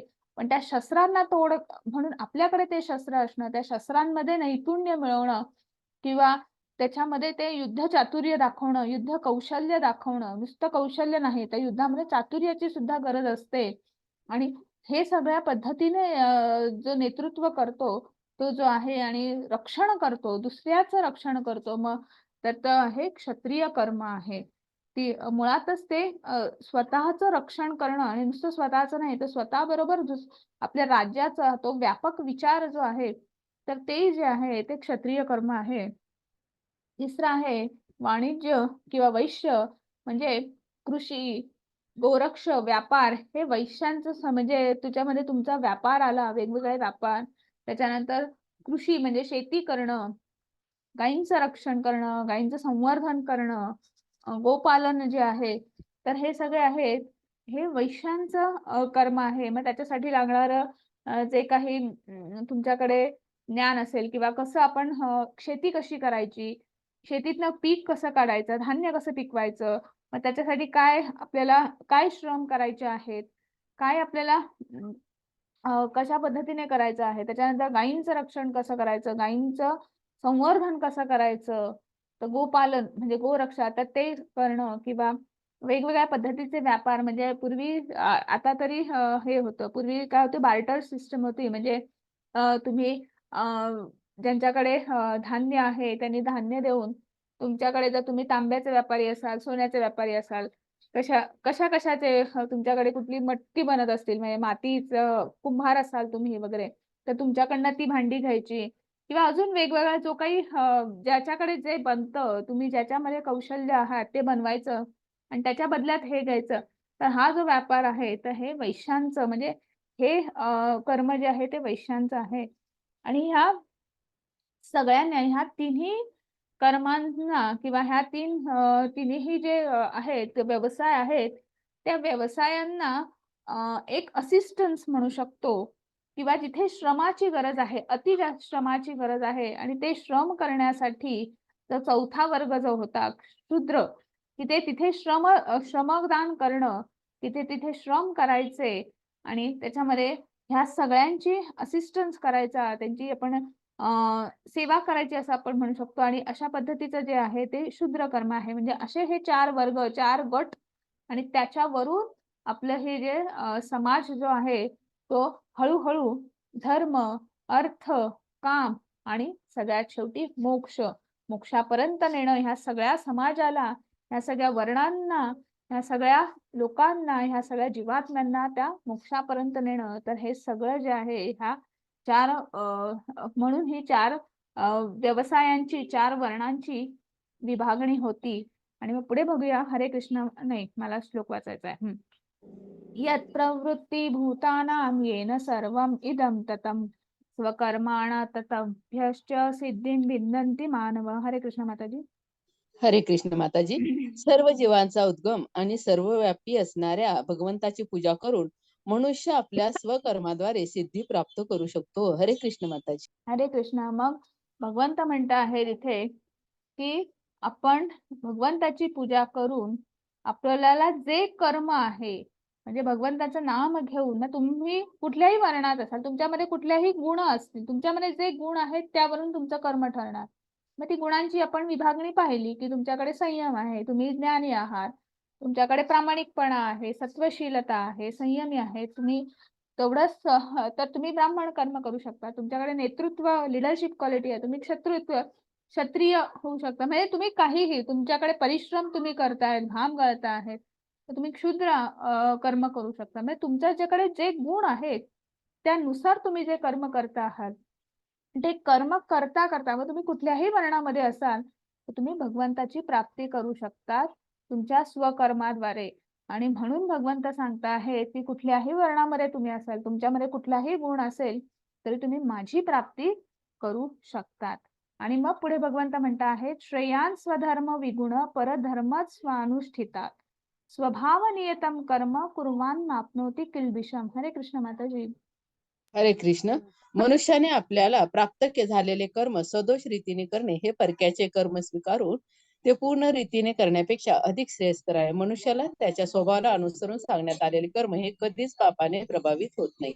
हरे कृष्ण माता. हरे कृष्णा. मग जे वर्ण जे गुणांनुसार जे वर्ण विभागणी आहे, मग आपल्या वाट्याला जे गुण आहेत किंवा आपल्याकडे जे कर्म आहे, मग आपण जे कर्म करतो आहेत, मग ते श्रेष्ठ की कनिष्ठ या वादात न पडता आपल्याला जे कर्म आलेलं आहे, की आपण जे कर्म करतो आहोत, आपल्यामध्ये जे गुण आहेत, ते उत्तम पद्धतीने करून आपण भगवंतापर्यंत पोहोचू शकतो. नाहीतर मग काय होतं, की अरे मलाच नेमकं हे गुण आहेत, मलाच हे कर्म करायचं आणि तो बाजूच्याचा आपण जर हेवा केला, तर काय होतं ना, तर आपलंही कर्म पूर्ण होत म्हणजे आपला उद्धार होत नाही, आपलंच नुकसान होतं. इथे आपण एक उदाहरण आहे. तर इथं एक टास्क आहे किंवा एक स्पर्धा आहे म्हणू शकतो झाडावर चढायची. आणि त्या स्पर्धक कोण आहे तर बघा हत्ती आहे, माकड आहे, पक्षी आहे, कुत्रा आहे, मासा आहे, साप आहे. आता मला सांगा, तर त्या याच्यामध्ये झाडावर चढायची हे आहे स्पर्धा आहे. तर तो माकड सरसर चढेल, पक्षी उडून पटकन वर जाईल. मला सांगा हत्ती जो आहे तो झाडावर चढू शकेल का? किंवा मासा जर पाण्यातनं बाहेर आला, तर तो मासा तिथे पाण्यातनं बाहेर आला म्हणजे तो तडफडून त्याचा मृत्यू नाही का होणार? किंवा कुत्रा वर चढू शकतो का? तर मला सांगा मग तो कुत्रा म्हणा, तो हत्ती म्हणा, मग ते कनिष्ठ आहेत का? आणि माकड आणि पक्षी श्रेष्ठ आहेत का? नाही. श्रेयस्कर आणि म्हणजे कोणी श्रेष्ठ आणि कोणी कनिष्ठ असं काही नाही आहे. सगळं एकाच समानता आहे. फक्त काय आहे तुमच्यामध्ये काय गुण आहेत, त्यानुसार ते कर्म तुम्हाला करायचं आहे आणि ते कर्म करता-करता तुम्हाला भगवंतापर्यंत पोहोचायचं आहे. नाहीतर मग काय होतं दुसऱ्याचा हेवा करायला गेलं, की मग काय होतं आपलं कर्म हे ते कर्म कमी आणि प्रमाद घडतो आणि आपण बद्ध आत्मा आहोत. त्यामुळे आपल्याला पापाने प्रभावित होतो, विकर्म घडले जातात आणि पुन्हा-पुन्हा आपण त्यामध्ये अडकत जातो. जन्म मृत्यूमध्ये अडकत जातो. आणि मग पुढे भगवंत म्हणत आहेत, हरे कृष्ण माताजी. हरे कृष्ण. जो आत्मसंयमी अनासक्त आहे आणि जो सर्व प्राकृत भोगांना तुच्छ लेखतो, तो संन्यासाद्वारे कर्मबंधनातून मुक्तता देणारे परमोच्च परिपूर्ण अवस्था प्राप्त करतो. हरे कृष्ण माताजी. हरे कृष्ण. मग इथं म्हणत आहे, जो संयमी आहे, अनासक्त आहे आणि सगळं हे भौतिक हे जे प्राकृत भोग जे आहेत, त्यांना तुच्छ लेखतो आणि जर कर्मसन्यासाद्वारे कर्मबंधनातून अ, आपली स्वतःची मुक्ती करून घेतो, तशा पद्धतीने आपली शैली व्यतीत करतो, तो निश्चितच हळू-हळू क्रमशः परमगतीला प्राप्त होतो किंवा आपली परमोच्च अवस्था काय आहे, की ते दैवी ज्ञान प्राप्त करणं, आपल्या आत्म्याचा परमात्म्या मध्ये किंवा त्या वैकुंठ धामापर्यंत पोहोचवणं. तर हे जे ध्येय आहे, हे पूर्ण करणं, परिपूर्ण करणं, तर अशा पद्धतीने तो वावरतो किंवा अशा पद्धतीने त्याचं जीवन व्यतीत करतो. अशी अवस्था प्राप्त करतो. ज्या जो आत्मसंयमी आहे, जो अनासक्त आहे, ज्याला ह्या कुठल्याही गोष्टीचा विचार नाही. आणि मग पुढे भगवंत सांगत आहेत, ब्रह्मभूत प्रसन्नात्मा न शोचति न कांक्षति सम सर्वेषु भूतेषु मद्भक्तिं लभते पराम. हरे कृष्ण माताजी. हरे कृष्ण माताजी.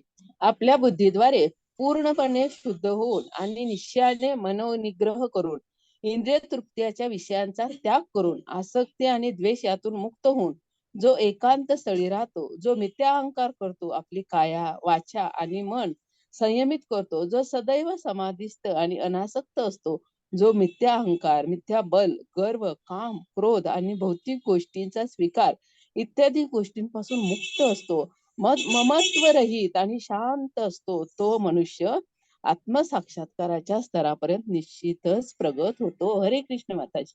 हरे कृष्ण. मग पुन्हा आपण गुणातीत, त्याच्यानंतर ज्ञानी, त्याच्यानंतर सीताधीर मुनी किंवा प्रिय भक्त अशा वेगवेगळे आपण अभ्यास केलेला आहे. अशा वेगवेगळ्या व्याख्या आपण व्याख्याच म्हणू शकतो आपण पाहिलेल्या आहे. वेगवेगळ्या अध्यायांमध्ये त्याचं वर्णन आलेलं आहे. आणि मग ह्या सगळ्या गुणांचं जो अनुशीलन करतो आणि मग ज्याच्यामध्ये जो मितभाषी आहे, त्याचा आहार सात्विक आहे, त्याच्यामध्ये द्वेष नाही, आसक्ती नाही, मत्सर नाही, इंद्रिय विषयांवर पूर्णपणे नियंत्रण आणलेलं आहे, त्याचा त्याग केलेला आहे, संयम आहे आणि असा जो आहे तो निश्चितच आपला हळू आत्मसाक्षात्कारापर्यंत किंवा आपली प्रगती करतो आहे, प्रगती करतो आणि तो यथार्थ रूपाने बघतो, की आपल्यामध्ये परमात्मा आहे, आपल्यामध्ये आपण परमात्म्याचे अंश आहोत, परमात्म्याचे स्फुल्लिंग आहोत आणि आपणच नाही, तर आजूबाजूचे सर्व म्हणजे जो ब्रह्मस्तर आपण ज्याला म्हटलेला आहे, ब्रह्मभूत, की ज्याच्यामध्ये मग तुम्ही आजूबाजूला जे पक्षी आहेत, प्राणी आहेत, ह्या प्रत्येकामध्ये ही 84 लक्ष योनीमधली एक योनी आहे आणि या प्रत्येक योनीमध्ये जो आहे तो समान आहे, तो भगवंताचा अंश आहे. हे ज्या पद्धतीने बघतो, तो यथार्थ रूपाने बघतो किंवा निश्चितच तो आपला आत्मसाक्षात्कार होऊन निश्चितच तो आपल्या मुक्तीचा मार्ग जो आहे, तो प्रगत करतो, असं इथे भगवंत सांगता आहेत. आणि मग पुढे म्हणता आहेत, भक्त्या मा भक्त्या माम अभिजानाति यावान्यश्चास्मि तत्त्वतः ततो मां तत्त्वतो ज्ञात्वा विशते तदनंतरम. हरे कृष्ण माताजी. मनुष्य मला माझ्या पुरुषोत्तम भगवान या यथार्थ स्वरूपात केवळ भक्तीद्वारे जाणू शकतो. अशा भक्तीद्वारे मनुष्य जेव्हा माझ्या भावनेने पूर्णपणे युक्त होतो तेव्हा तो भगवत धामात प्रवेश करतो. हरे कृष्ण माताजी. हरे कृष्ण. मग ज्याला आत्मसाक्षात्कार होतो म्हणजे त्याला भगवत धामामध्ये किंवा प्रवेश मिळतो किंवा मुक्तीमध्ये मुक्ती होते असं नाही. इथे भगवंत सांगता आहेत, जेव्हा तुम्ही भक्तीद्वारेच म्हणजे भक्ती योग हाच सर्वश्रेष्ठ आहे सर्व याच्यामध्ये. त्यामुळे तुम्ही जेव्हा भगवंताबद्दल जेव्हा भावभक्ती आणि प्रेम भक्ती जेव्हा येते, जेव्हा अनन्य भक्ती योगाने तुम्ही भगवंताशी एकरूप होतात, तुम्ही परावाणीने तुम्ही नामस्मरण करता आहेत, तर हे सगळं जे आहे, तर ह्या पद्धतीने जेव्हा तुम्ही भगवंताची उपासना करता आहात, आराधना करता आहात आणि भगवंताशी एकरूप होत आहेत, तेव्हाच तुम्ही भगवत धामामध्ये प्रवेश करू शकतात आणि भगवंतांचं ते पुरुषोत्तम रूप जे आहे, त्याच्या दर्शनाचा कृपा प्रसाद सुद्धा मिळवू शकतात. आणि मग पुढे भगवंत म्हणत आहे, सर्व कर्मण्यपि सदा कुर्वन्नो मद व्यापश्रयः मत प्रसादम वाप्नोति शाश्वतम पदम अव्ययम. हरे कृष्ण माताजी.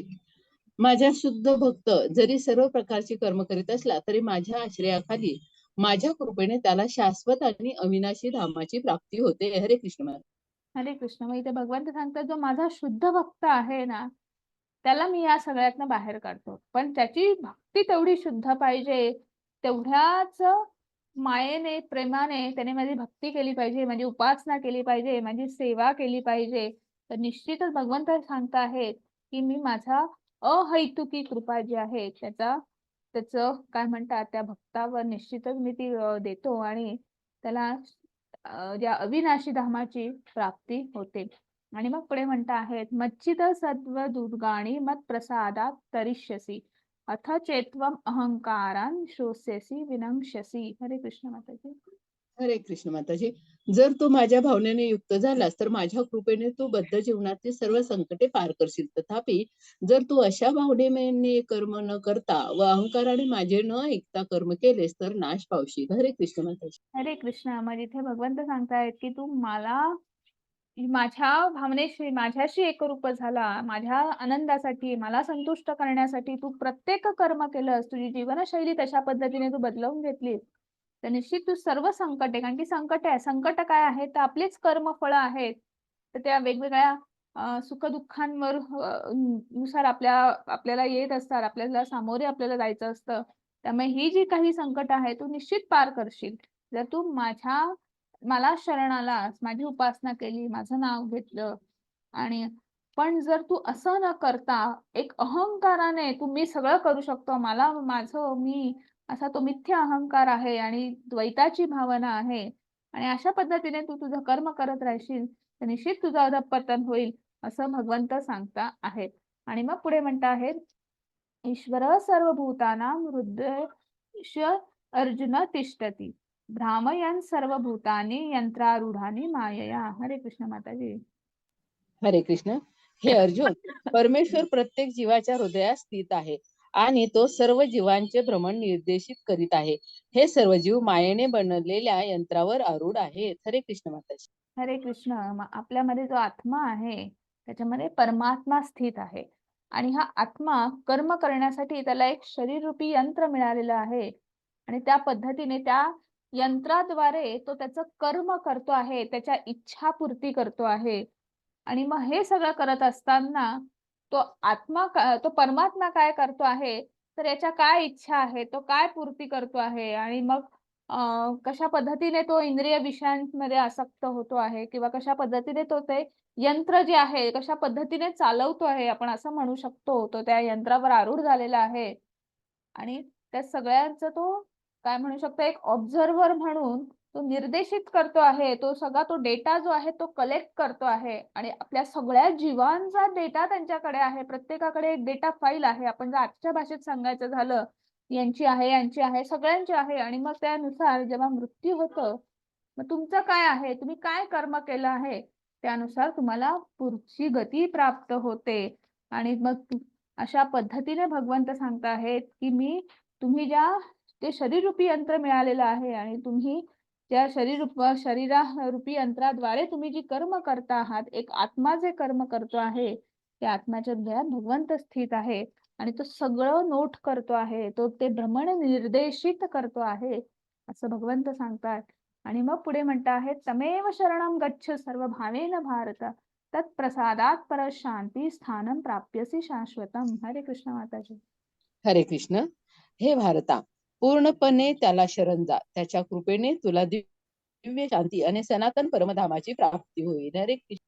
हरे कृष्ण. आणि म्हणून भगवंत सांगत आहे, तू मला शरण ये. तू पूर्णपणे त्या भगवंताला, त्या परमात्म्याला, त्या परमतत्वाला शरण जा आणि तुला शांती मिळेल, दिव्य शांती मिळेल, दिव्य सुख मिळेल, दिव्य आनंद मिळेल आणि त्या परमधामाची तुला प्राप्ती होईल. इथे आपल्याला पुन्हा त्या राजा रुद्रप्रताप त्यांचं इथे आपल्याला उदाहरण आहे, की त्यांनी राजा होते, पण त्यांनी भगवंताची सेवा केलेली आहे. तर रस्ता साफ करण्याची सेवा केलेली आहे. म्हणजे त्यांच्या नामस्मरणामध्ये, त्यांच्या सेवेमध्ये सतत आपण आरूढ राहिलं पाहिजे आणि त्यांना शरण केलं पाहिजे. म्हणजे आपण निश्चितच त्यांची कृपा प्राप्त करतो. आणि मग पुढे भगवंत म्हणत आहेत, इति ते ज्ञानम आख्यातम गुह्यात गुह्यतरम मया विमृतैत शेण यथेच्छसी तथा कुरु. हरे कृष्ण माताजी. हरे कृष्ण. याप्रमाणे मी तुला आध्यात्मिक गुह्य ज्ञान सांगितले आहे.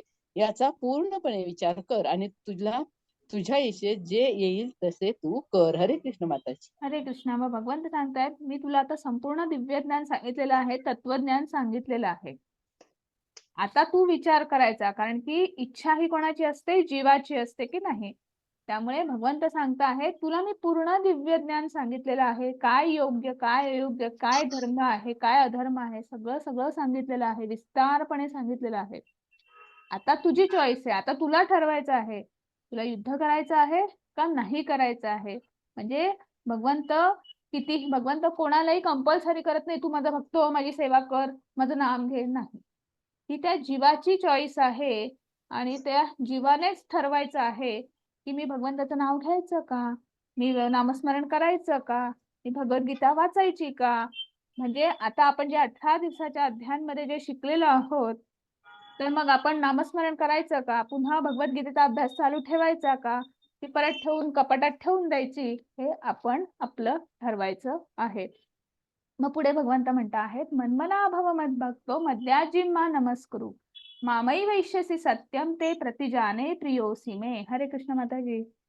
हरे कृष्ण माताजी. सदैव माझे चिंतन कर, माझा भक्त हो, माझे पूजन कर आणि मलाच नमस्कार कर. याप्रमाणे निश्चितपणे तू मला प्राप्त होशील. मी तुला हे प्रतिज्ञेने सांगतो, कारण तू माझा अत्यंत प्रिय सखा आहेस. हरे कृष्ण माता. हरे कृष्ण. भगवंत चॉईस देत आहे, तुम्ही ठरवा. आपण परत भगवंत सांगत आहेत, हा श्लोक आपण 9व्या-10व्या अध्यायात पण पाहिलेला आहे, की तू परत माझं माझं मन्मना भव मद्भक्तो, माझं सदैव चिंतन कर, माझा भक्त हो, माझं पूजन कर, मला शरण ये. आणि कारण आपण भगवंताचे अंश आहोत ना, आपण भगवंतापासून दुरावलोय, तसे भगवंत सुद्धा आपल्यापासून दुरावले. त्यामुळे ती जी ओढ जी आहे ती भगवंताला सुद्धा आहे. जेवढी आपल्याला आहे त्याच्यात कैक पटीने भगवंताला जास्त आहे. म्हणून पुन्हा भगवंत सांगत आहेत, की तू निश्चित माझं स्मरण कर, माझा भक्त हो, माझी उपासना कर, माझी सेवा कर आणि निश्चित तू मला माझ्या भगवत धामाला किंवा तुझी आध्यात्मिक प्रगती होईल, मोक्ष प्राप्त होईल, असं भगवंत पुन्हा सांगतायत. आणि अर्जुन तर एक प्रिय सखा आहे, भक्त आहे, त्यामुळे त्याला तर सांगता आहेत. आणि मग पुढे म्हणत आहेत, सर्व धर्म परित्याजम मामेकम शरणं व्रज अहं त्वा सर्व पापेभ्यो मोक्षम इष्यामी मा शुच. हरे कृष्ण माताजी. हरे कृष्ण. सर्व प्रकारच्या धर्माचा त्याग कर आणि केवळ मला शरण ये. मी तुला सर्व पापांपासून मुक्त करेन. तू भयभीत होऊ नकोस. हरे कृष्ण माताजी. हरे कृष्ण. मग इथे अर्जुनाला धर्म, सर्व प्रकारचे धर्म म्हणजे काय? अर्जुनाला गुरुधर्म आहे, ज्येष्ठांबद्दलचा धर्म म्हणजे समोर गुरु आहेत, तर गुरूंवर कसं शस्त्र चालवायचं. भातृधर्म आहे, कारण आपलेच सगळे भावंड आहेत, आपलेच सगळे ज्येष्ठ आहेत, श्रेष्ठ आहेत, पितामह भीष्म आहेत, त्यांच्यावर कसं शस्त्र चालवायचं. कारण की प्रत्येकाच्या प्रती आपला एक धर्माचरण आहे, जे शास्त्रात सांगून ठेवलेलं आहे आणि तशा पद्धतीने आचरण करणारे हे पांडव होते. आणि म्हणून भगवंत म्हणत आहेत की तू बाकी सगळ्या धर्माचा त्याग कर आणि केवळ मला शरण ये. आणि एकच धर्म काय, की हे भगवंताची सेवा करणं किंवा भगवंताच्या आनंदासाठी, त्याच्या इच्छेसाठी, की त्याची इच्छा आहे, त्याचं नियोजन आहे आणि म्हणून हे युद्धस्थळ आहे आणि म्हणून हे युद्ध होणार आहे आणि आपल्याला शस्त्र घेऊन फक्त युद्ध करायचं आहे.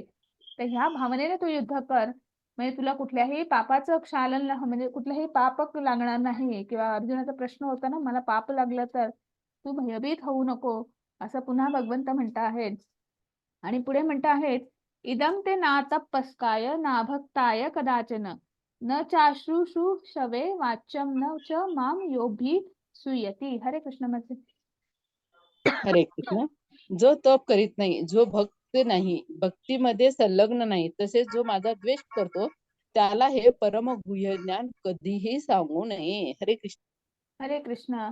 मग जो नास्तिक आहे, जो माझा भक्तच नाही, जो शास्त्रांवर विश्वास नाही, देवावर विश्वास नाही, परमात्म्यावर विश्वास नाही, जो भक्तीशी संलग्नच नाही, अशा लोकांना, जो भौतिकवादी आहे, पूर्णपणे भौतिकवादी आहे, आणि अशा लोकांना हे ज्ञान तू बाबा काही सांगायला जाऊ नको किंवा कधीही सांगू नको, असं भगवंत सांगता आहेत. आणि मग पुढे म्हणता आहेत, ह्य इदं परमं गुह्यं मद भक्तेष्वधिकार श्वेधी धास्यति भक्तिं मयी पराम कृत्वा मामयी वैश्यति संशयः.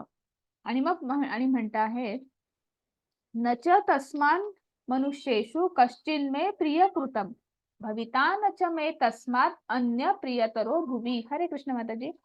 हरे कृष्ण.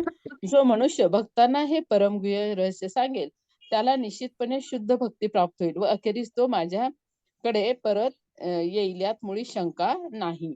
त्याच्यापेक्षा मला अधिक प्रिय असा कोणीही सेवक या जगामध्ये नाही, तसेच त्यांच्यापेक्षा अधिक प्रिय असा कोणीही होणार नाही. हरे कृष्ण माताजी. हरे कृष्ण. मग इथे सांगता आहेत, पण जो भक्त आहे, जो अभक्त आहे, जो नास्तिक आहे, त्याला सांगायला जाऊ नका. पण ज्याला थोडासा विश्वास आहे, जो खरा भक्त आहे, तर निश्चित त्याला हे सांगा आणि त्याला हळूहळू त्याच्या भक्तीमध्ये किंवा त्याचा जो निश्चय आहे तो दृढ निश्चयापर्यंत त्याला न्या. त्याला हे रहस्य काय आहे ते सांगा.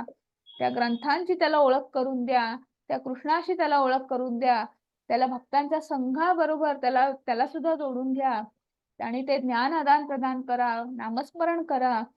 आणि अशा पद्धतीने जो भक्त अशा अजून ज्या आस्तिक लोक आहेत किंवा जे अजून माझ्या भक्तीमध्ये अजून लोकांना अजून जीवात्म्यांना म्हणू शकतो आपण, की अजून अजून त्यांना सांगता आहेत आणि माझ्या सेवेमध्ये अजून आरूढ करता आहेत, तर असा जो कोणी भक्त असेल, असा जो कोणी सेवक असेल, त्याच्यापेक्षा अधिक मला दुसरा कोणी प्रिय असूच शकत नाही. इथं आपण प्रभुपादांचं चित्र बघितलेलं आहे किंवा दिलेलं आहे. तर प्रभुपादांनी अनेकांना जगाच्या पाठीवर कृष्ण भक्त म्हणून किंवा कृष्ण भावना भावित जीवन जगण्यासाठी त्यांनी ते प्रयत्न केले. आणि त्यांनी सगळ्यांना सांगितलं की काय आहे भगवत धर्म, काय आहे, कृष्ण कोण आहेत, परमतत्व काय आहे, परमज्ञान काय आहे. आणि आज अनेक लोक जगाच्या पाठीवर सर्वत्र, यत्र तत्र सर्वत्र त्या ज्ञानाचं अनुशीलन करता आहेत किंवा कृष्ण सेवक होत आहेत किंवा नामस्मरण करता आहेत, भागवतम वाचता आहेत, भगवद्गीता वाचता आहेत. आणि असंच इथे भगवंतांनी भगवद्गीतेत सुद्धा सांगितलेलं आहे. आणि मग जो भगवद्गीतेचं अध्ययन करतो, जो भागवतांचं अध्ययन करतो, भगवंत म्हणत आहेत, अध्येशते च इमं धर्म्यं संवादम आवयो ज्ञानयज्ञेन तेनः इष्मिष्ट स्यामिति मे मती. हरे कृष्ण माताजी. हरे कृष्ण. आणि मी घोषित करतो की जो कोणी आपल्या या पवित्र संवादाचे अध्ययन करतो तो आपल्या बुद्धीद्वारे माझे पूजन करतो. हरे कृष्ण माताजी. हरे कृष्ण. मग जो ध्यान करतो, भगवद्गीतेचं अध्ययन करतो आहे, म्हणजे हे जो भक्त आणि भगवंत यांच्यामधला जो संवाद जो आहे, या संवादाचा जो अध्ययन करतो आहे, तो बुद्धीद्वारे माझं पूजन करतो आहे. म्हणजे गेले 18 दिवस जे आहे, आपण रोज 1 तास बघत होतो, काहीतरी वाचतो आहोत, काहीतरी आपण समजून घेण्याचा प्रयत्न करतो आहोत. तर हे आपण गेले 18 दिवस बुद्धीद्वारे भगवंताचं पूजन केलेलं आहे. आणि मग पुढे भगवंत म्हणत आहेत, श्रद्धावान सूयश्च शृणुयादपि यो नर सोपी मुक्त शुभा लोकान प्राप्नु पुण्यकर्मणाम. हरे कृष्ण माताजी. हरे कृष्ण. आणि जो मनुष्य श्रद्धेने व द्वेष न करता श्रवण करतो तो सर्व पापातून मुक्त होतो आणि पुण्यवान लोक जे ते वास करतात त्या शुभ लोकांची तो प्राप्ती करतो. हरे कृष्ण माताजी. हरे कृष्ण. मग शुभ लोकांची प्राप्ती करतो किंवा त्याला सत्संग मिळतो आणि हळूहळू तो क्रमशः परमधामाची प्राप्ती करतो. जो कधीही माझा द्वेष करत नाही, भगवंताचा द्वेष करत नाही, श्रद्धेने सगळं श्रवण करतो. श्रवणम कीर्तनम आपण पाहिलंय की नाही, एक एक पैरा, एक एक टप्पा आहे. सगळ्यात पहिले आपण ऐकतो. लहान मूल जन्माला येतो तेव्हा आधी तो ऐकतो आणि मग त्याच्या पुढच्या एक एक क्रिया सुरू होतात की नाही. त्यामुळे सगळ्यात पहिली जी आहे ती म्हणून श्रवण भक्ती सुद्धा अशीच आहे. नवविधा भक्तीमध्ये सुद्धा पहिला प्रकार श्रवणम आहे, की आधी ऐका आणि मग कृती करा, मग अनुसरण करा. आणि त्यामुळे भगवंत सांगत आहेत की जो श्रद्धेने सर्व कुठल्याही मत्सराशिवाय माझं श्रवण करतो आहे, माझी सेवा करत आहे, तर निश्चितच शुभ लोकांची प्राप्ती करतो आहे. आणि हे सगळं सांगितल्यानंतर आता अर्जुन म्हणत आहेत, नष्ट मोह स्मृती लब्धा तत् प्रसादान्नुयायच्यत मितोस्मी गत संदेह करिष्ये वचनम तव. हरे कृष्ण माताजी. हरे कृष्ण माताजी. अर्जुन म्हणाला, हे कृष्ण, हे अच्युत, माझा मोह आता नष्ट झाला आहे. तुमच्या कृपेने मला माझी स्मृती पुन्हा प्राप्त झाली आहे. मी आता दृढ आणि संशयमुक्त झालो आहे आणि तुमच्या आज्ञेनुसार मी कर्म करण्यास तयार आहे. हरे कृष्ण माताजी. 11व्या अध्यायात सांगितलं होतं की मी तुम्हाला पुरुषोत्तम भगवान मान्य केलेला आहे. आणि इथे 10व्या अध्यायात सांगितलेलं आहे, 11व्या अध्यायात सांगितलेलं आहे तुम्हीच परमतत्व आहात. आणि आता इथे 18व्या अध्यायात अर्जुन सांगत आहेत की माझा मोह संपूर्णपणे नष्ट झालेला आहे, माझ्या सगळ्या शंकांचं निरसन झालेलं आहे. त्यामुळे तुमच्या कृपेने तुम्ही माझ्यावर कृपा केली, त्यामुळे तुम्ही मला मार्गदर्शन केलं, योग्य अयोग्याची जाणीव करून दिली आणि माझा जो भ्रम जो होता तो गाळून पडला. आणि त्यामुळे आता मी संशयमुक्त झालेलो आहे आणि आता मला माहिती आहे माझं कर्म काय आहे आणि ते करण्यासाठी मी तयार आहे, म्हणजेच मी युद्ध करायला तयार आहे, असं अर्जुनांनी आता भगवंताला सांगितलेलं आहे. आणि हे सगळं सुरू असताना इकडे संजय धृतराष्ट्रांच्या दालनामध्ये बसलेले आहेत आणि ते सांगता आहेत. हरे कृष्ण माताजी. कृष्ण. संजय म्हणाला, याप्रमाणे श्रीकृष्ण आणि अर्जुन या दोन महात्म्यांचा संवाद मी ऐकला. हा संवाद अत्यंत अद्भुत आणि रोमांचकारी आहे. व्यासदेवांच्या कृपेने हे परमगुह्य ज्ञान योगेश्वर श्रीकृष्ण अर्जुनांना सांगत असता साक्षात त्यांच्याकडून मी ऐकले आहे. हे राजन, श्रीकृष्ण आणि अर्जुन यांच्या या अद्भुत आणि पवित्र संवादाचे वारंवार स्मरण होऊन मला प्रतिक्षण पुन्हा पुन्हा हर्ष होत आहे. हरे कृष्ण माताजी. मग संजय म्हणत आहेत की हा दोन संवाद जो मी ऐकलेला आहे हा अत्यंत दिव्य अद्भुत आहे. दिव्य असणार कारण की साक्षात भगवंतांनी सांगितलेला आहे. अर्जुन तसाच तो श्रेष्ठ भक्त होता, त्याने अनेक शंका विचारलेल्या आहे, त्याचं निरसन करताना भगवंतांनी अनेक अजून गोष्टी उलगडून सांगितलेल्या आहेत. त्यामुळे हा दिव्य संवाद त्यांनी ऐकलेला आहे, ही दिव्य अनुभूती त्यांना आलेली आहे. याची देही याची डोळा. ते त्या कुरुक्षेत्रापासून इतके दूर असून सुद्धा त्यांनी एका सीसीटीव्ही फुटेज सारखं ते सगळं बघितलेलं आहे, ते सगळं ऐकलेलं आहे. भगवंतांचं विराट रूप असेल, भगवंतांचं चतुर्भुज रूप असेल, भगवंतांचं द्विभुज रूप असेल की जे केवळ आणि केवळ अनन्य भक्ती योगामध्ये जे आहेत त्यांनाच बघायला मिळतं, त्यांनाच त्याचं दर्शन होतं. ते दर्शन सुद्धा त्यांना झालेलं आहे. त्यामुळे हे सगळं ऐकून, हे सगळं बघून अंगावर शहारा आलेला आहे, अत्यानंद झालेला आहे. आणि पुन्हा पुन्हा ते सगळं आठवतंय आणि हे सगळं संपूच नये, हा संवाद संपू नये असं त्यांना वाटतं आहे. आणि मग पुढे पुन्हा भगवंतांना म्हणता आहेत. हरे कृष्ण माताजी. हरे कृष्ण माताजी. हे राजन, भगवान श्रीकृष्णाचे अद्भुत रूप स्मरण केल्याने मी अधिकाधिक विस्मयकारी होत आहे आणि मला पुन्हा पुन्हा हर्ष होत आहे. हरे कृष्ण. हरे कृष्ण. खूप आनंद झालेला आहे आणि त्या आनंदाच्या भरामध्येच ते पुन्हा पुन्हा आठवून भगवंतांना म्हणता आहेत. यत्र योगेश्वर कृष्ण यत्र पार्थो धनुर्धरा तत्र श्री विजय भूतिर्धुवा नीतीर मम इति ममः. हरे कृष्ण माताजी. हरे कृष्ण माताजी. जेथे योगेश्वर कृष्ण आणि महान धनुर्धर अर्जुन आहेत तेथे निश्चितच ऐश्वर, विजय, असामान्य सामर्थ्य आणि नीती आहे, हे माझे मत आहे. हरे कृष्ण माताजी. हरे कृष्ण. मग इथे भगवंत म्हणता, इथे संजय काय म्हणता आहेत, नीतिम इति मम, म्हणजे जिथे नीती आहे तिथे सामर्थ्य आहे, जिथे विजयश्री आहे. आणि हे कुठे आहे? जिथे भगवान श्रीकृष्ण आहेत. यत्र योगेश्वर कृष्ण यत्र पार्थो धनुर्धरा, म्हणजे जिथे भगवान श्रीकृष्ण आहेत, जिथे अर्जुनासारखा धनुर्धर आहे, तिथे नीती आहे, तिथे विजय आहे, तिथे असं असाधारण असं सामान्य सामर्थ्य आहे आणि त्यामुळे त्यांचा विजय निश्चित आहे. म्हणजे जो भगवद्गीतेचा जो पहिला श्लोक होता की नाही, एकच श्लोक जो धृतराष्ट्राचा होता की काय सुरू आहे त्या कुरुक्षेत्राच्या इथे, की मामका पांडवाश्चैव किम कुर्वत संजय, काय करता आहेत त्या युद्धभूमीवर, त्याचं उत्तर यांनी दिलेलं आहे की जिथे भगवान श्रीकृष्ण आहे, जिथे अर्जुन आहे, जिथे पांडव आहे, जिथे नीती आहे, जिथे धर्म आहे, तिथे विजयश्री आहे, त्यांचा विजय निश्चित आहे, असं भगवंतांना धृतराष्ट्रांना संजय यांनी सांगितलेलं आहे. आणि इथेच आपला आजचा अध्याय संपतो आहे. इथेच आपला भगवद्गीतेचा संपूर्ण वर्ग संपतो आहे. आजच्या अध्यायात आपण पाहिलेला आहे कर्मयोगाद्वारे बंधनातून मुक्तता. कर्माचे 5 घटक आपण पाहिलेले आहेत. 3 गुण कसं सगळं नियंत्रित करतात, कशी आपली जीवनशैली त्या 3 गुणांवर आधारित आहे, हे आपण पाहिलेलं आहे. मग वर्णाश्रम धर्माद्वारे आपण कसं भगवंतापर्यंत पोहोचू शकतो, गोपनीय ज्ञान काय आहे ते जाणून कसं भगवंतापर्यंत पोहोचू शकतो, कृष्ण भावना भावित जीवन कसं व्यतीत करू शकतो, त्याचं वर्णन आलेलं आहे. आणि सगळ्यात शेवटी निष्कर्ष की अर्जुनही युद्धासाठी तयार झालेले आहेत. आणि संजय म्हणता आहे जिथे नीती आहे, जिथे भगवंत आहे, जिथे अर्जुन आहे, तिथे विजयश्री आहे. आणि इथेच आपला आजचा अध्याय संपतो आहे. इथे भगवद्गीता ही संपलेली आहे. भगवद्गीता ही आपण प्रभुपाद यांच्या जशी आहे तशी यांच्या त्याच्यावर आधारित जे काही आम्हाला समजलेलं आहे किंवा ते सांगण्याचा आम्ही एक आमच्या अल्पबुद्धीला जेवढं समजलेलं आहे, म्हणजे माझ्या अल्पबुद्धीला जेवढं समजलेलं आहे ते सांगण्याचा मी प्रयत्न केलेला आहे.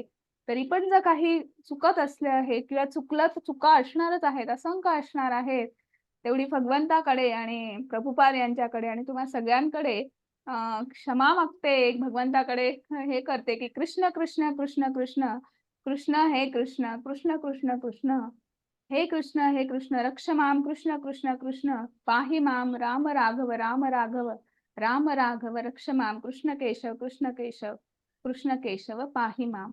आणि मग आपण ही संपूर्ण भगवद्गीता जशी आहे तशी याच्याद्वारे हे जे आपण ज्या काही गोष्टी असतील किंवा जे काही आपण उदाहरणं दिलेली आहेत आपण ही त्यातनच घेतलेली आहे.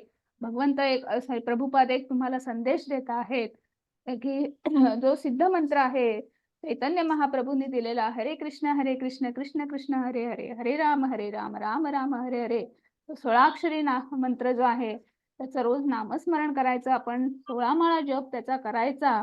आणि जिथे भगवद्गीतेचं अध्ययन होतं तिथे आपण गीता महात्म्य ऐकतो. आपण पुन्हा एकदा गीता महात्म्य ऐकणार आहोत. अथ गीता महात्म्या.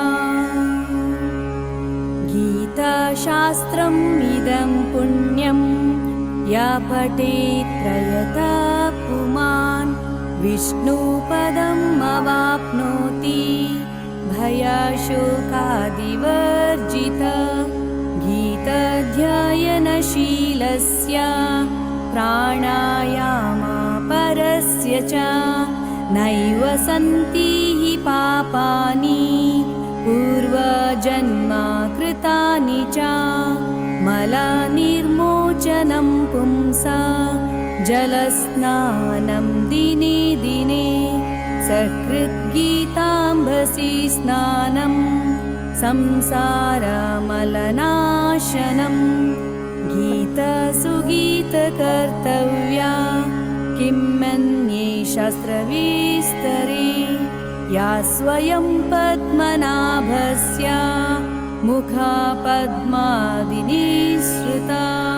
भारतामृता सर्वस्वं विष्णोर्वक्त्रद्विनिःसृतं गीता गङ्गोदकं पीत्वा पुनर्जन्म न विद्यते सर्वोपनिषदो गावो दुग्धा गोपालनन्दना पार्थो वत्स सुधीर्भोक्ता दुग्धं गीतामृतं महत् एकं शास्त्रं देवकी पुत्रगीतम् एको देवो देवकी पुत्र एव एको मन्त्रस्तस्य नामानि यानि कर्माप्येकं तस्य देवस्य सेवा। हरे कृष्णा सगळ्यांना. इथेच आपला आजचा अध्याय संपलेला आहे आणि भगवद्गीतेचा 18 दिवसाचा इथे आपला कोर्सही संपलेला आहे. हरे कृष्णा सगळ्यांना. हरे कृष्ण.